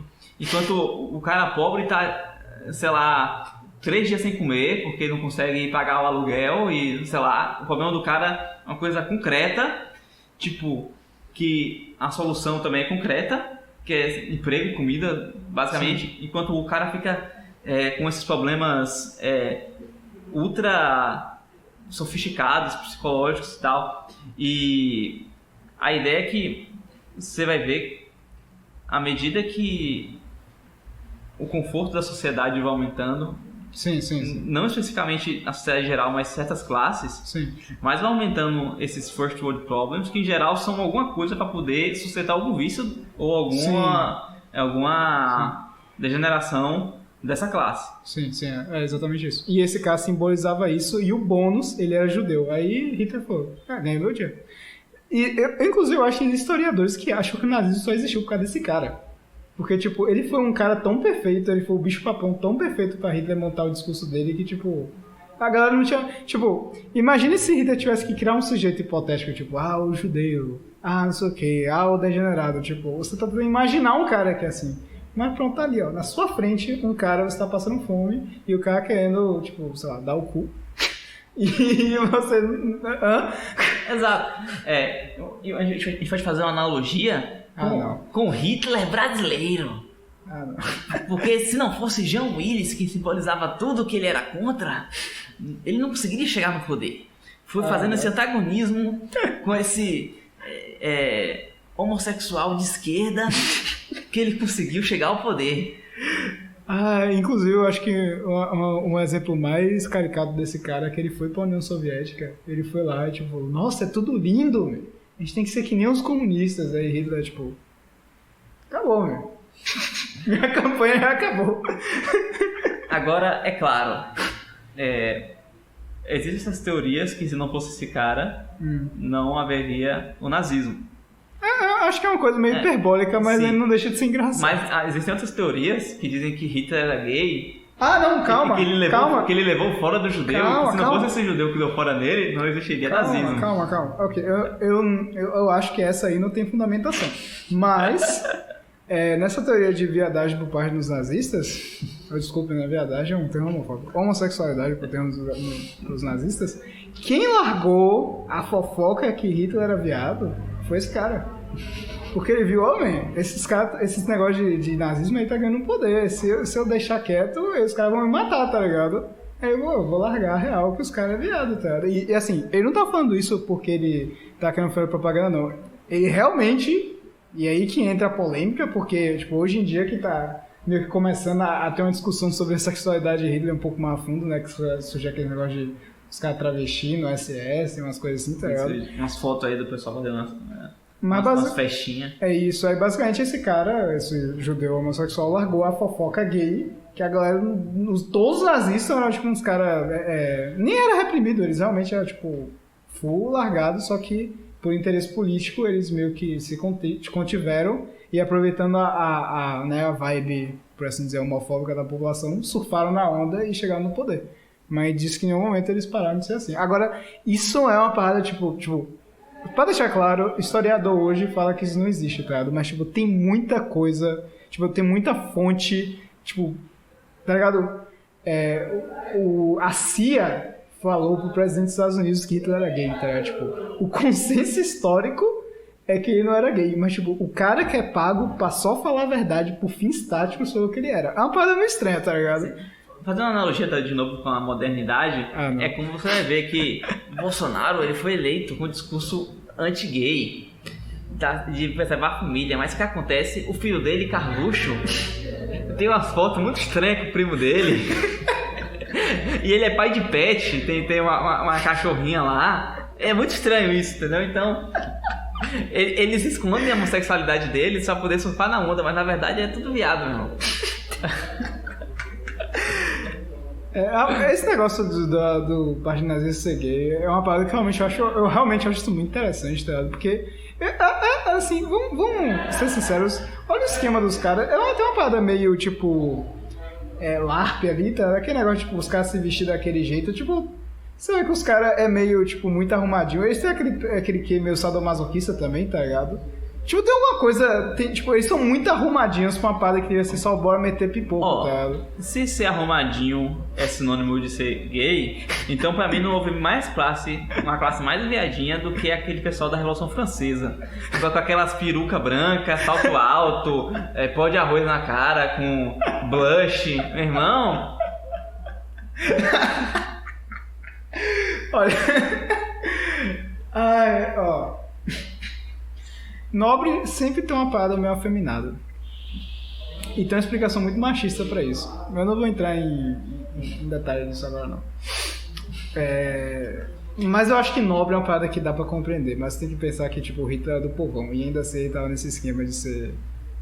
Sei lá, mas então... Tem uma parada... Você não acha, não tem alguma coisa errada? Tipo, os caras nazistas não dão uma impressão meio errada pra você, não. Eu não sei se isso é só comigo, tá? Tipo, os fascistas normais parece que não são os caras mais, tipo, normal. A galera de Hitler é uma galera meio estranha, tá ligado? Eu não sei. Deve ser da minha cabeça. Não sei. Eu não pego essa vibe dos nazistas, não. Pra mim, eles eram os caras... igual os fascistas, tipo, os brutos lá. Não sei. Tipo, o Hitler já teve um discurso muito maior. Ele queria muito mais atenção dele, tá ligado? Já aquele negócio mais narcisista que... Mussolini parece que faz isso mais pelo lance de, tipo, ele ter o poder.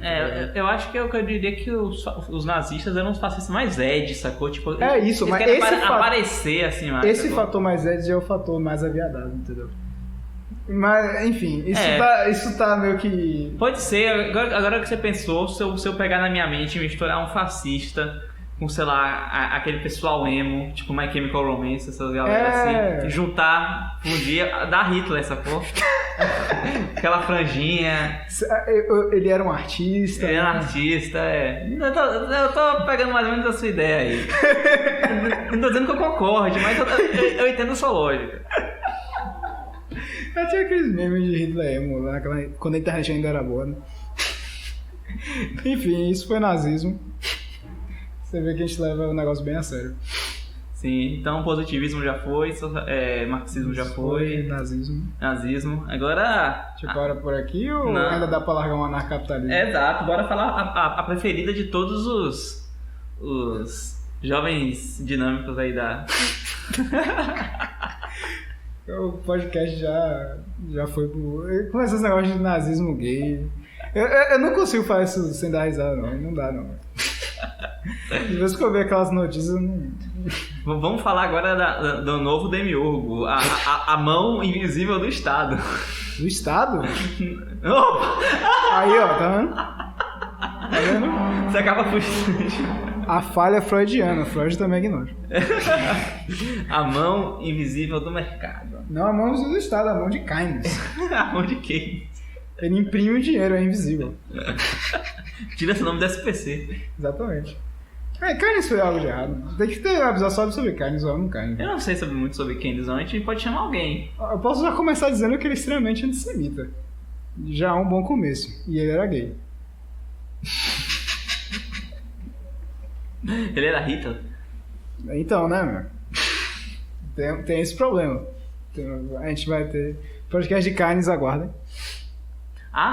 Vale interessante também é uma comparação entre a economia marxista e a economia keynesiana? Não, nazista. De que enquanto o nazismo ele entendia que tudo tinha que ser estatizado, né, e administrado pelo conselho dos proletários, né, o nazismo tinha uma versão própria deles, que era tipo as grandes empresas elas foram tomadas dos judeus e de outros dos grupos que também não aceitavam nazismo. E foram colocados como administradores membros da SS, sim, que era a polícia a agência de inteligência, né, dos nazistas. Então, basicamente, eles entendiam que eles eram os representantes da burguesia, os representantes do proletariado alemão, e eles iriam administrar as empresas por bem e interesse do Estado alemão. Então, não é muito diferente na estatização. Agora você pergunta, qual é o país hoje no mundo que mais faz isso? China. Você vai ver, todas as pessoas que são grandes donos de empresas da China são membros do Partido Comunista.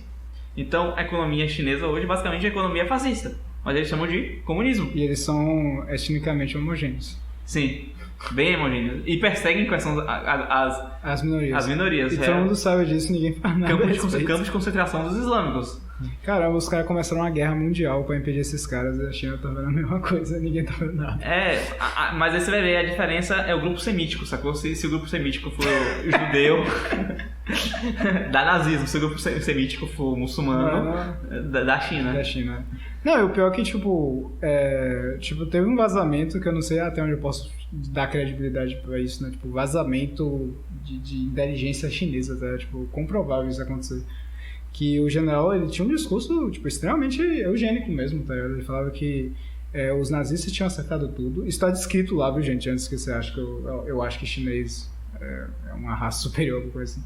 Mas eles falam que os nazistas acertaram tudo, mas erraram no fato que acharam que a raça ariana era superior, que na verdade a raça asiática é superior, especificamente a chinesa, porque os outros asiáticos são o lixo, né? Então... mesmo, isso te faz lembrar daquela situação cosmológica dos chineses com os romanos, meu irmão? Não, pouco, Roma é tipo a gente. Os nazistas é tipo a gente, só que a gente é melhor. Não, e o pior é que eles citam, eles falam que, os chineses nunca... Olha coach. Os chineses nunca pararam de ter o mesmo tipo de pensamento. Nós somos ateus desde sempre. Tá ligado? Os caras... Eles cosmologificaram tudo. Eles literalmente falam, a gente tá no mesmo ciclo que o Império, só que agora a gente é comunista porque agora o comunismo é a ideia, tá ligado? Basicamente a nação chinesa tem um destino contínuo, sempre teve o mesmo, mas que se manifestou de formas diferentes. A cabeça do cara ainda tá no ciclo, tá ligado? Sim, e isso se explica completamente porque, como a gente vai falar em episódios posteriores, essas nações asiáticas, elas nunca foram propriamente cristianizadas ou propriamente ocidentalizadas. Elas receberam o Ocidente chutando a porta, assim, de uma vez. Toma aqui, isso aqui é pensamento da civilização histórica, e a galera ficou tipo, hã? Mas, e as eras? E o cosmos? Não, história. E a galera tem que se adaptar. Então, no final, esses países, eles nunca absorveram completamente a ideia histórica. Sim. Então, você chegar com qualquer esquema de gnose, que é uma coisa que relembra mais ou menos a ideia cosmológica que eles tinham anteriormente. A nostalgia da ideia cosmológica. Exato. Isso rapidamente recebe adesão daquela população. Sim. Inclusive, para concluir, esse discurso do general chinês terminava propondo um ataque genocida, e quando eu falo genocida, eu falo morte completa, matar todo mundo nos Estados Unidos. E eles fizeram uma coach em um site que... Inclusive os descendentes chineses que vivem nos Estados Unidos. Inclusive os descendentes que vivem nos Estados Unidos. E eles fizeram uma coach no site perguntando, assim, pra pessoas de classe alta se elas estariam dispostas a matar, várias pessoas inocentes, e a maior parte das pessoas falou sim. Mas isso é tipo de entrevista que não é muito confiável, porque, claro você pensa assim, opa, se eu clicar em sim, eu ganho créditos do governo chinês para poder fazer viagens. Se eu clicar em não, eu perco créditos chineses e eu não vou mais poder pegar metrô. Eu não sei até onde tinha o lance. Isso é uma parada razoavelmente antiga, tá? Não sei até onde tinha esses esquemas, não. Mas eu não duvido que, boa parte da classe elite seria meio sociopata, porque, sei lá, vamos convite. Eles são esses donos de empresa que você falou do esquema nazista, tá? E por favor, né? Você vai ver, propaganda, ela tem um público-alvo. Sim. A propaganda ela é feita porque o público aceita bem aquela propaganda. Então, você vai ver que na China, aquelas propagandas de detergente, o pessoal pega um cara negro, joga dentro da máquina de lavar. Sério? Sim, aí joga o detergente, a máquina de lavar começa a tremer lá, aí tira de dentro o cara asiático, bota-se fora, pronto, limpinho. Cara, eu realmente tô impressionado. Como ninguém fez a retórica que os chineses são nazistas, o negócio tá meio na cara, tá ligado? A oportunidade a economia é nazista, a ideologia é nazista. O racismo tá lá. O racismo tá lá. Pô, qual foi, Campo, velho? campo de concentração tá lá. Cadê a retórica inflamatória? Belicismo está lá, tipo, o Estado bélico, o Estado Sim. militar, tudo tá lá, tudo é igual ao nazismo.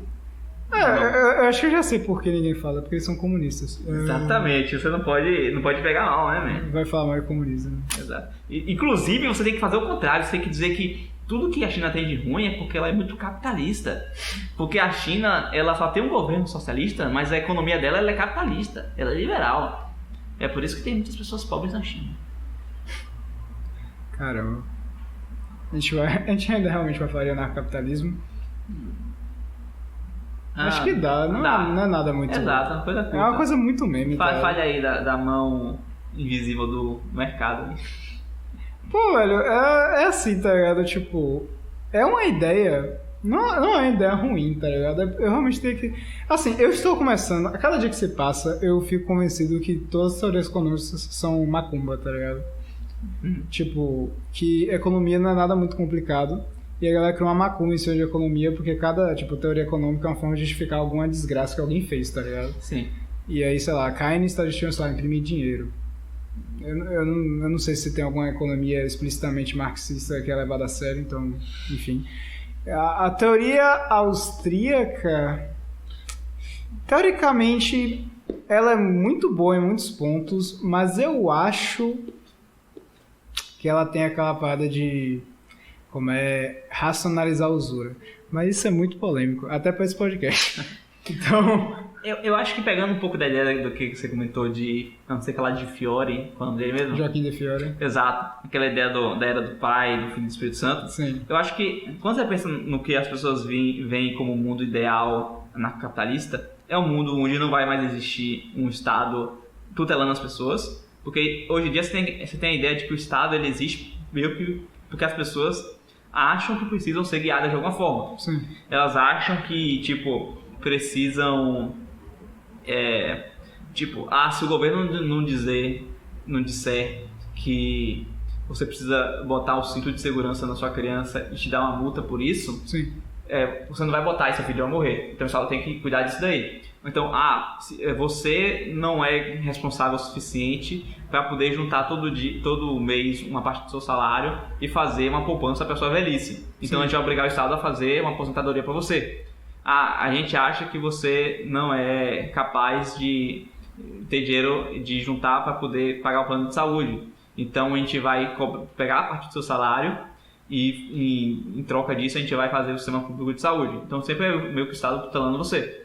Então eles acham que existiria um futuro onde o ser humano ele tem plena independência, de forma que ele não precisa mais de nenhuma tutela do Estado e que as trocas voluntárias entre as pessoas vão ser suficientes para resolver todos os problemas. Isso, de certa forma, é essa ideia de Fiore da época do Espírito Santo. Então, tipo, as pessoas elas seriam completamente iluminadas, completamente racionais.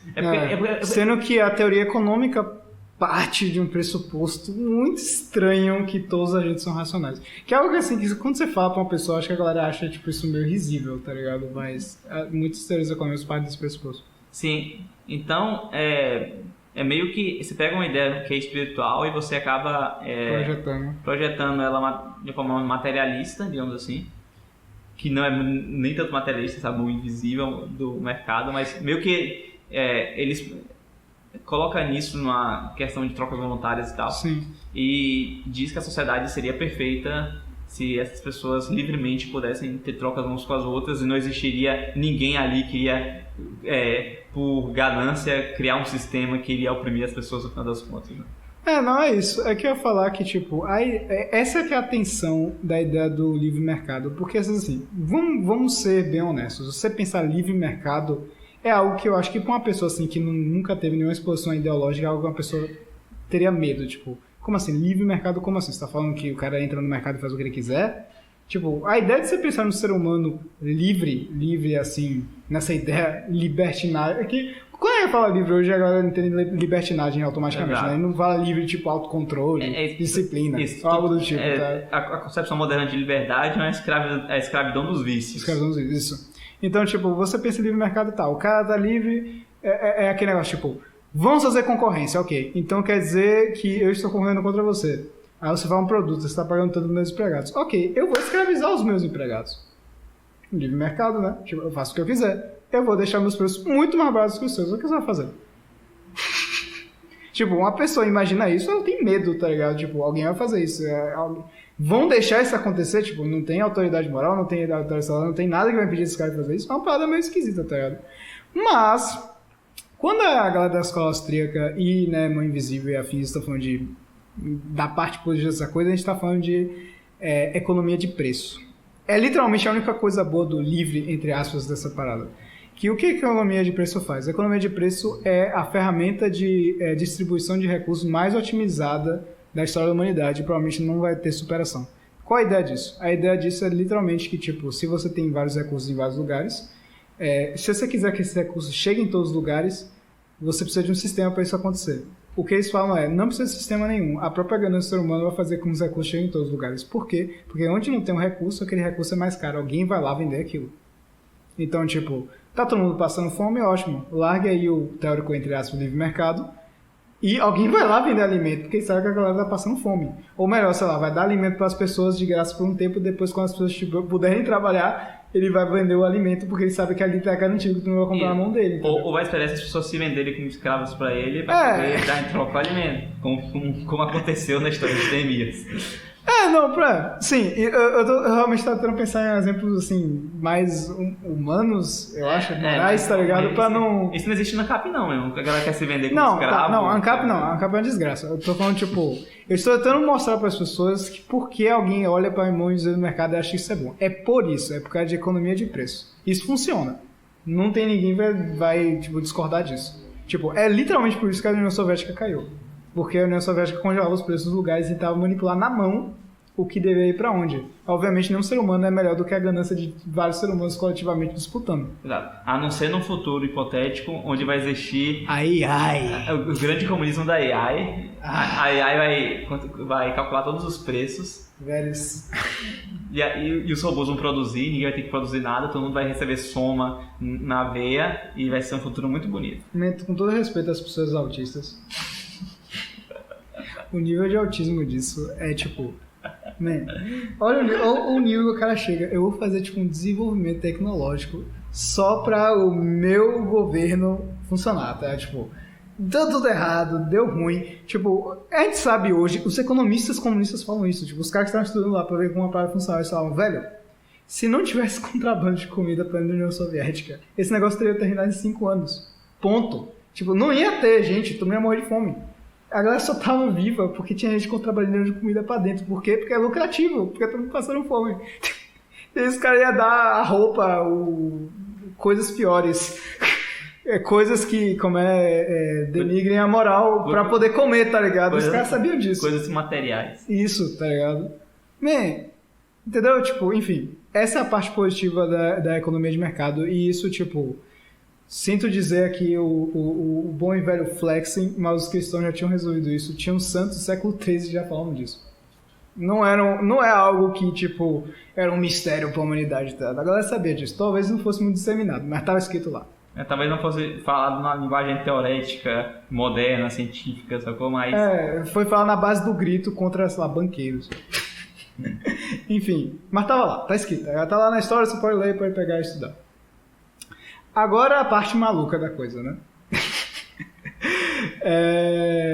Então eles partem desse pressuposto e acham que tudo pode ser resolvido nesse esquema de preços, que não é verdade. Como a gente falou, né, livre mercado, o que é que impediria alguém de escravizar outra pessoa? Exato. E outra coisa, que suposição é essa que seriam somente seres racionais? Tipo, não é.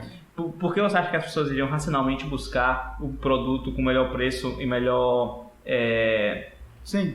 E, sei lá, melhor preço e melhor vantagem? Quem disse que não vai existir, sei lá, um cara que vai criar uma religião e vai dizer que o produto dele é abençoado? Oi, Rino deu o quê? Se você comprar o produto dele, você vai estar sendo abençoado. Então, o meu produto, ele não faz mal à natureza, é um produto vegano. Ao você comprar esse produto, você não está somente fazendo bem a você está fazendo bem ao mundo, você está fazendo bem ao meio ambiente. Não, a Gaia. Nossa. Esse negócio das agentes racionais é tipo... É uma parada que eu acho que nem economista leva isso a sério, tá ligado? Tipo, literalmente os caras tiveram que criar uma parada chamada economia comportamental. Só pra colocar na linguagem dos caras. Desculpe mais uma vez as pessoas autistas, porque o nível de autismo disso é incompreensível pra mim. Tipo, você tem que criar literalmente uma ciência pra dizer o que o Santo Agostinho falou há, sei lá, 10 séculos antes. Que é tipo a economia comportamental fala. O ser humano é irracional. Fala, mas até que eu não entendi. Hã? O que você falou agora que eu não entendi? 10 séculos antes, Santo Agostinho já tinha falado? Depois disso, Santo Agostinho já tinha falado. Ah, sim, que o ser humano é escravo dos vícios, que a gente já tinha comentado. Mas a economia comportamental, ela vira e fala, tipo, o ser humano tá... por exemplo, ele tem fraquezas mentais. Que você podia resumir em vício, mas, sei lá, entrando na parte técnica da coisa, que é tipo, viés confirmatório. Isso é uma ideia da economia comportamental. Coping mecanismo. Coping, sunk cost fallacy. Você fez algo, você quer continuar fazendo aquilo porque você acha que já gastou muito recurso naquilo. Tá? Tipo, essas fraquezas humanas que tornam ele um ser, né, pra assim dizer, irracional. Não é irracional, porque o ser humano, no final das contas... Se o ser humano não fosse racional, a gente viveria num mundo gnóstico, porque não teria como escolher nada, porque você seria escravo das coisas que puxam você, tá ligado? Mas, sim, os caras literalmente inventaram uma ciência pra demonstrar que a gente é muito fraco pra esse tipo de coisa, e só depois dessa ciência, a galera da economia falou, talvez a gente seja meio burro. E talvez tudo que a gente falou nos últimos, sei lá, 300 anos não funcione. Mas não que ninguém se importe, porque ninguém voltou atrás em nada. Enfim. Eu acho que, tipo, o tendão de Aquiles, não bastando tudo isso que a gente falou até agora, o tendão de Aquiles do anarcapitalismo, e isso é algo que os próprios marxistas gostam de puxar, encher muito o saco dos anarcapitalistas, é literalmente a questão da moral. Que, né, o anarcapitalista, ele tem aquele sentimento que, tipo, tem o negócio do PNA, e se você ferir o PNA, a pessoa está sujeita a algum tipo de punição, que nunca é claro que punição seria essa, mas falam que negociaria lá na hora, não sei. Mas o negócio todo o que diferencia, sei lá, uma sociedade completamente tribalista de algo ANCAP? Porque, tipo, a ideia do Estado, literalmente... na real, o Estado é uma forma de otimizar a guerra, né? Mas, ignorando essa parte... Eu acho que a punição do anarcocapitalismo seria basicamente o sentido da marca da besta. Tipo, você não comprar nem vender. Porque no momento que você não compra nem vende na sociedade de trocas... Você tá exilado. Você tá exilado. Não, mas é isso, é aquele negócio. Quem que te impede de comprar e vender, entendeu? Seria tipo uma associação... Isso já é o Estado. Uma associação de comerciantes que, tipo, eles livremente se unem na associação para dizer que nós somos um comércio com responsabilidade e que não negociamos com criminosos. Mas é isso, e aí essa associação seria mundial? Essa é a pergunta. Aí você, como cliente, você não iria querer comprar um produto de uma empresa com má reputação. Com uma reputação que dá dinheiro ou que faz transações com criminosos. Então, as empresas que fazem transações com criminosos iriam perder clientes até elas deixarem de existir, e as que ficariam sempre seriam vinculadas a essa organização, que no final vai criar um Estado, que eu sempre digo, tipo, o anarcapitalismo não é uma condição final, ela é uma condição transitória do caos para eventualmente um Estado. Sim. Novamente as pessoas vão se organizar em Estados.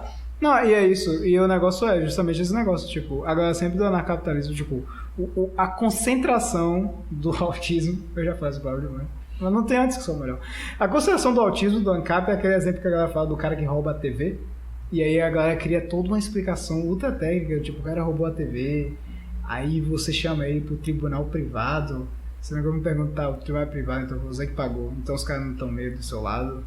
Qual é a parte da justiça que entra, tipo... Não, tem um sistema de avaliação tipo iFood. As pessoas, depois que elas julgam, elas votam, entendeu? Eles fazem um esquema de voto por Bitcoin. Aí quem dá mais Bitcoin fala quem vai pra prisão e quem não vai. Assim, pô, e a prisão é privada também. É assim, tipo, o tribunal privado, ele só quer pegar casos onde é uma ação coletiva contra o indivíduo, porque aí todo mundo que foi beneficiado vota pra dizer que foi bom. Então é muito melhor você votar um cara que é tipo 100 pessoas contra um, porque 100 pessoas vão dizer que foi bom porque você condenou o cara, do que se for um contra um, porque um vai dizer que não gostou porque foi condenado, outro vai dizer que gostou porque condenou. Então você só vai ter casos de júri de Como é o nome? Ação coletiva.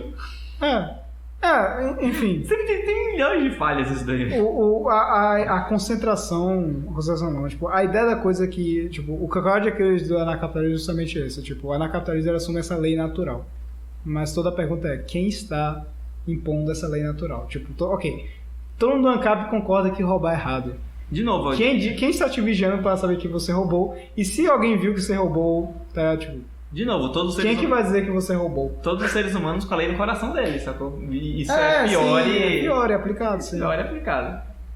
Não, mas é isso, eles criam esses negócios, todo sistema de, tipo, incentivos e um bocado de coisa, que, tipo, é aquele negócio... Outra coisa também que vem muito na minha mente é que eu tive um episódio semi-traumático que eu li uns livros sobre...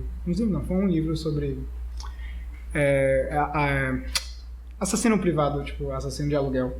E é aquele negócio, né? Tipo, o livro fala muito, tipo, o cara, ele é muito especializado em, tipo, matar uma pessoa e não parecer que matou a pessoa e, tipo, quanto mais disfarçado for, mais o cara que tem que pagar e, né, tem que financiar. Mas você fica pensando, tipo, velho, o cara, literalmente, a especialização do cara é, tipo, matar alguém e ninguém sabe que essa pessoa morreu ou acha que foi um acidente ou acha que o cara, sei lá, comeu algo errado, comeu um peixe e teve uma infecção, o que for. Existe uma indústria disso, tá ligado? Isso existe agora, tá acontecendo agora. Tem gente morrendo agora porque alguém pagou alguém pra matar a pessoa e ninguém sabe que foi um homicídio. Sim, isso aí é, de novo, o governo fascista, que Bolsonaro, ele apoiava grupos de extermínio aqui na Bahia. Falou, tem que matar todo mundo mesmo. Eu não tô ligado disso, não. Depois pesquisa aí, né? Enfim, então, tipo, existe alguém que tá disposto a pagar esse cara pra fazer isso. O que impede, sei lá, em um mundo ANCAP, que literalmente, tipo, hoje em dia, o cara que é ricão, que ele paga alguém pra matar alguém que ele não gosta, já não é pego pelo Estado? Imagine o mundo ANCAP, tá? Tipo, o que vai impedir o cara, tá, o Júlio foi lá e falou que você roubou, aí do nada o Júlio morreu. E no outro dia falou, a gente vai ter que cancelar esse julgamento porque o Júlio morreu. E eu, sei lá, o cara que falou isso morre no outro dia também. Não, é, tá ligado? Mas vai ter a associação dos júris privados, vai ter tipo um sindicato deles. E aí, esse foi o novo Estado. De repente eles concordam que nada aconteceu porque todo mundo tá morrendo de morrer pro fantasma, tá ligado? Não, mas existe uma agência de inteligência privada, tipo a CIA privada, que caça... A CIA privada? Que caça os caras que é assassino de aluguel. Não, mas é isso, você resumiu basicamente, tipo, ia ser literalmente, como já é, hoje em dia, uma disputa de poderes secretos. Sim. Que é o que tá acontecendo agora, tá ligado? Caraca, incrível. Basicamente é isso aí. O anarcocapitalismo é só a legalização do sistema de sociedades secretas. Que já tá acontecendo. Exato. De qualquer forma. Então, talvez seja o mais gnóstico de todos os sistemas possíveis, sacou? Você quer algo mais gnóstico que só existisse sociedade secreta governando a parada? De novo, que é o que já tá acontecendo. Exatamente. Parabéns, senhores ANCAPs. O mundo já é ANCAP e você nem percebeu. Que é uma grande frase do Alan Moore, o cara que escreveu Watchmen, inclusive eu acho que virou uma série agora, eu tô por fora, que ele falou que ele era anarquista, e perguntaram por que você é anarquista, ele perguntou qual é a consequência de uma sociedade anárquica. Aí os caras foram falando, ele falou, e o que aconteceu com a história da humanidade? Aí descreveram a mesma coisa, por isso eu sou anarquista. Eu acredito no que já tá acontecendo. Parabéns, ANCAPs. E o anarquismo é o quê? Tipo, a ideia, não anarcapitalismo, né, mas anarquismo mesmo. Sim. Pô, eu esqueci de falar anarquismo, né? É a falta de ordem, né? E o que? Falta de ordem é o caos, e o caos é a própria gnose. Então, não tem muito o que... Assim, só pra não parecer que a gente foi full trash com o anarquismo, já que o podcast já tá pra acabar. Inclusive, esse é o maior podcast que a gente já fez. Não, tem muita coisa pra cortar aí, vai ficar menor. Dá muita coisa o quê, meu? 2 silêncios aí. Não, 2 silêncios e se esquecendo de coisa, e a sua intro que... A minha intro vai ter um lugar especial no podcast. Não, deve ser cortado. Enfim, isso vai ser cortado também. Anarquismo, ele assume a ideia... Anarquismo basicamente é a mesma coisa de marxismo, é literalmente a mesma base, mas o marxismo ele fala que, né, o governo proletário ele culmina a ditadura do proletariado, que vira socialismo e depois vira comunismo.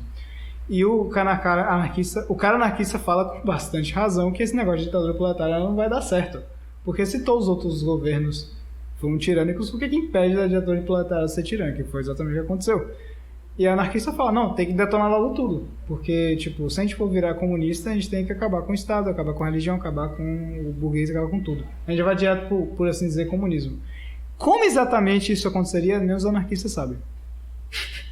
Eu acho que assim, é um ciclo. Eles vão pegando uma estrutura, eles vão destruir, ver o caos que dá e tipo, ver se por milagre do caos surge alguma coisa boa. Agora, tipo, se não deu certo, surge outra desgraça. Aí eles vão destruir isso de novo, pra poder ver se vai. Então, tipo, eles vão destruindo. Alguma hora vai sair algo bom, mano. Eu confio. É isso, se ANCAP é tipo o prêmio ingênuo que acaba sendo o mais cruel, o anarquista, ele é tipo o mais... Eu não vou falar incompreensível, não. Eles realmente são os mais irracionais mesmo, tá? Porque... Sim, eles são os sinônimos de loucura que fala Albert Einstein, que é você tentar fazer a mesma coisa várias vezes e esperar resultados diferentes. Não, mas é isso. O negócio anarquista, tipo, por exemplo, tem uma página esquerdista tipo, muito clássica, bem shitpost, acho que o nome é Anarcomiguchos.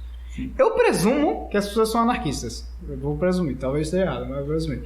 O que Anarcomiguchos mais faz? Propaganda, sei lá, do PT, propaganda pra coisas do governo, coisas assim, tipo assim, temos que apoiar essas iniciativas que são... Que era depois do governo da esquerda, no caso. Isso, é. Então você fala, eles não eram anarquistas? Por que eles estão apoiando esse governo? Tipo, a raciocínio que eu tiro é, tipo, porque o PT, por assim dizer, seria mais, entre aspas, anarquista do que um governo, entre aspas, de direita. Seria porque esse governo de esquerda, o PT, iria destruir as coisas que ele acha que tem que ser destruídas, e eles são aliados momentâneos, até que essas coisas sejam destruídas, e agora você precisa se aliar com alguém mais de esquerda para poder destruir as estruturas que o PT ainda preserva, para depois essas estruturas serem destruídas e você migrar para um cara mais de esquerda ainda, até ser destruindo todas as estruturas. Sim, mas é isso, é tipo, sei lá, na prática ele não está sendo exatamente o que o marxista está sendo. No caso, provavelmente para ser jogado fora de última hora, porque o marxista é o cara que realmente vai ficar com poder, eles não, tá ligado? Sim. É uma parada realmente muito confusa. Eu, assim, por experiência que eu já falei com uma ou duas pessoas anarquistas, ou três, sei lá, perdi a conta. O que acontece é que eles dão um discurso que é anarquista, tipo, eles falam, o mundo anarquista é bonitinho assim. Aí quando eles vão falar sobre a atitude política deles, é uma coisa completamente diferente. E quando eu pergunto qual é onde as coisas se juntam, eles não sabem explicar.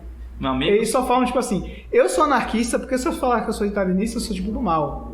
Mas eu pergunto, foi errado o Stalin matar um bocado de gente? Eles falam, não, foi certo. Amigos, isso chama-se paralaxe cognitiva. É um exemplo muito drástico disso, tá ligado? Mas é isso aí. Anarquismo realmente é o mais confuso de todos. Eu acho que a gente... Isso aqui foi a gente dando uma pincelada, viu, gente? Pelos negócios da imanentização.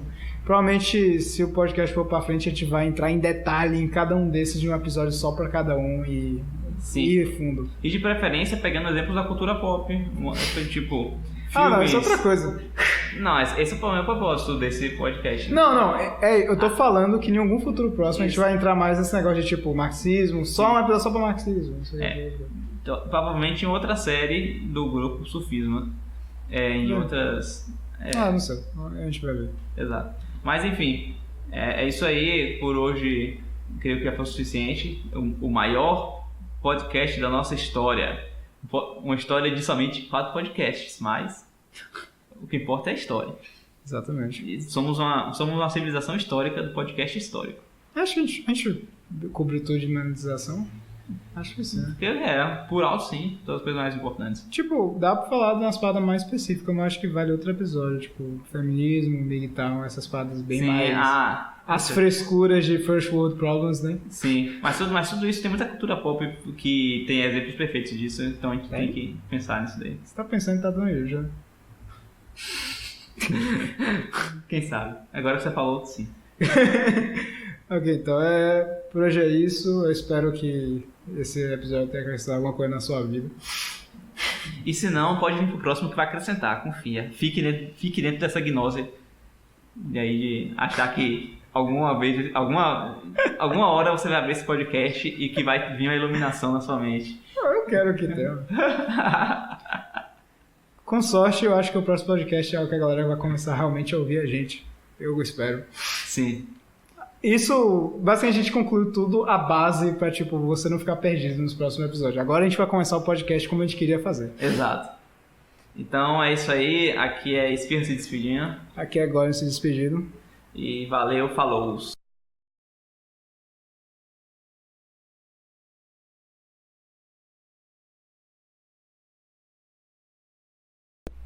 Eu queria começar dizendo que esse podcast foi censurado, tinha uma intro muito bonita e ela foi censurada. Agora a gente pode começar. Eu espero que essa parte seja cortada na edição. Não. E o podcast comece a partir daqui. 3, 2, 1...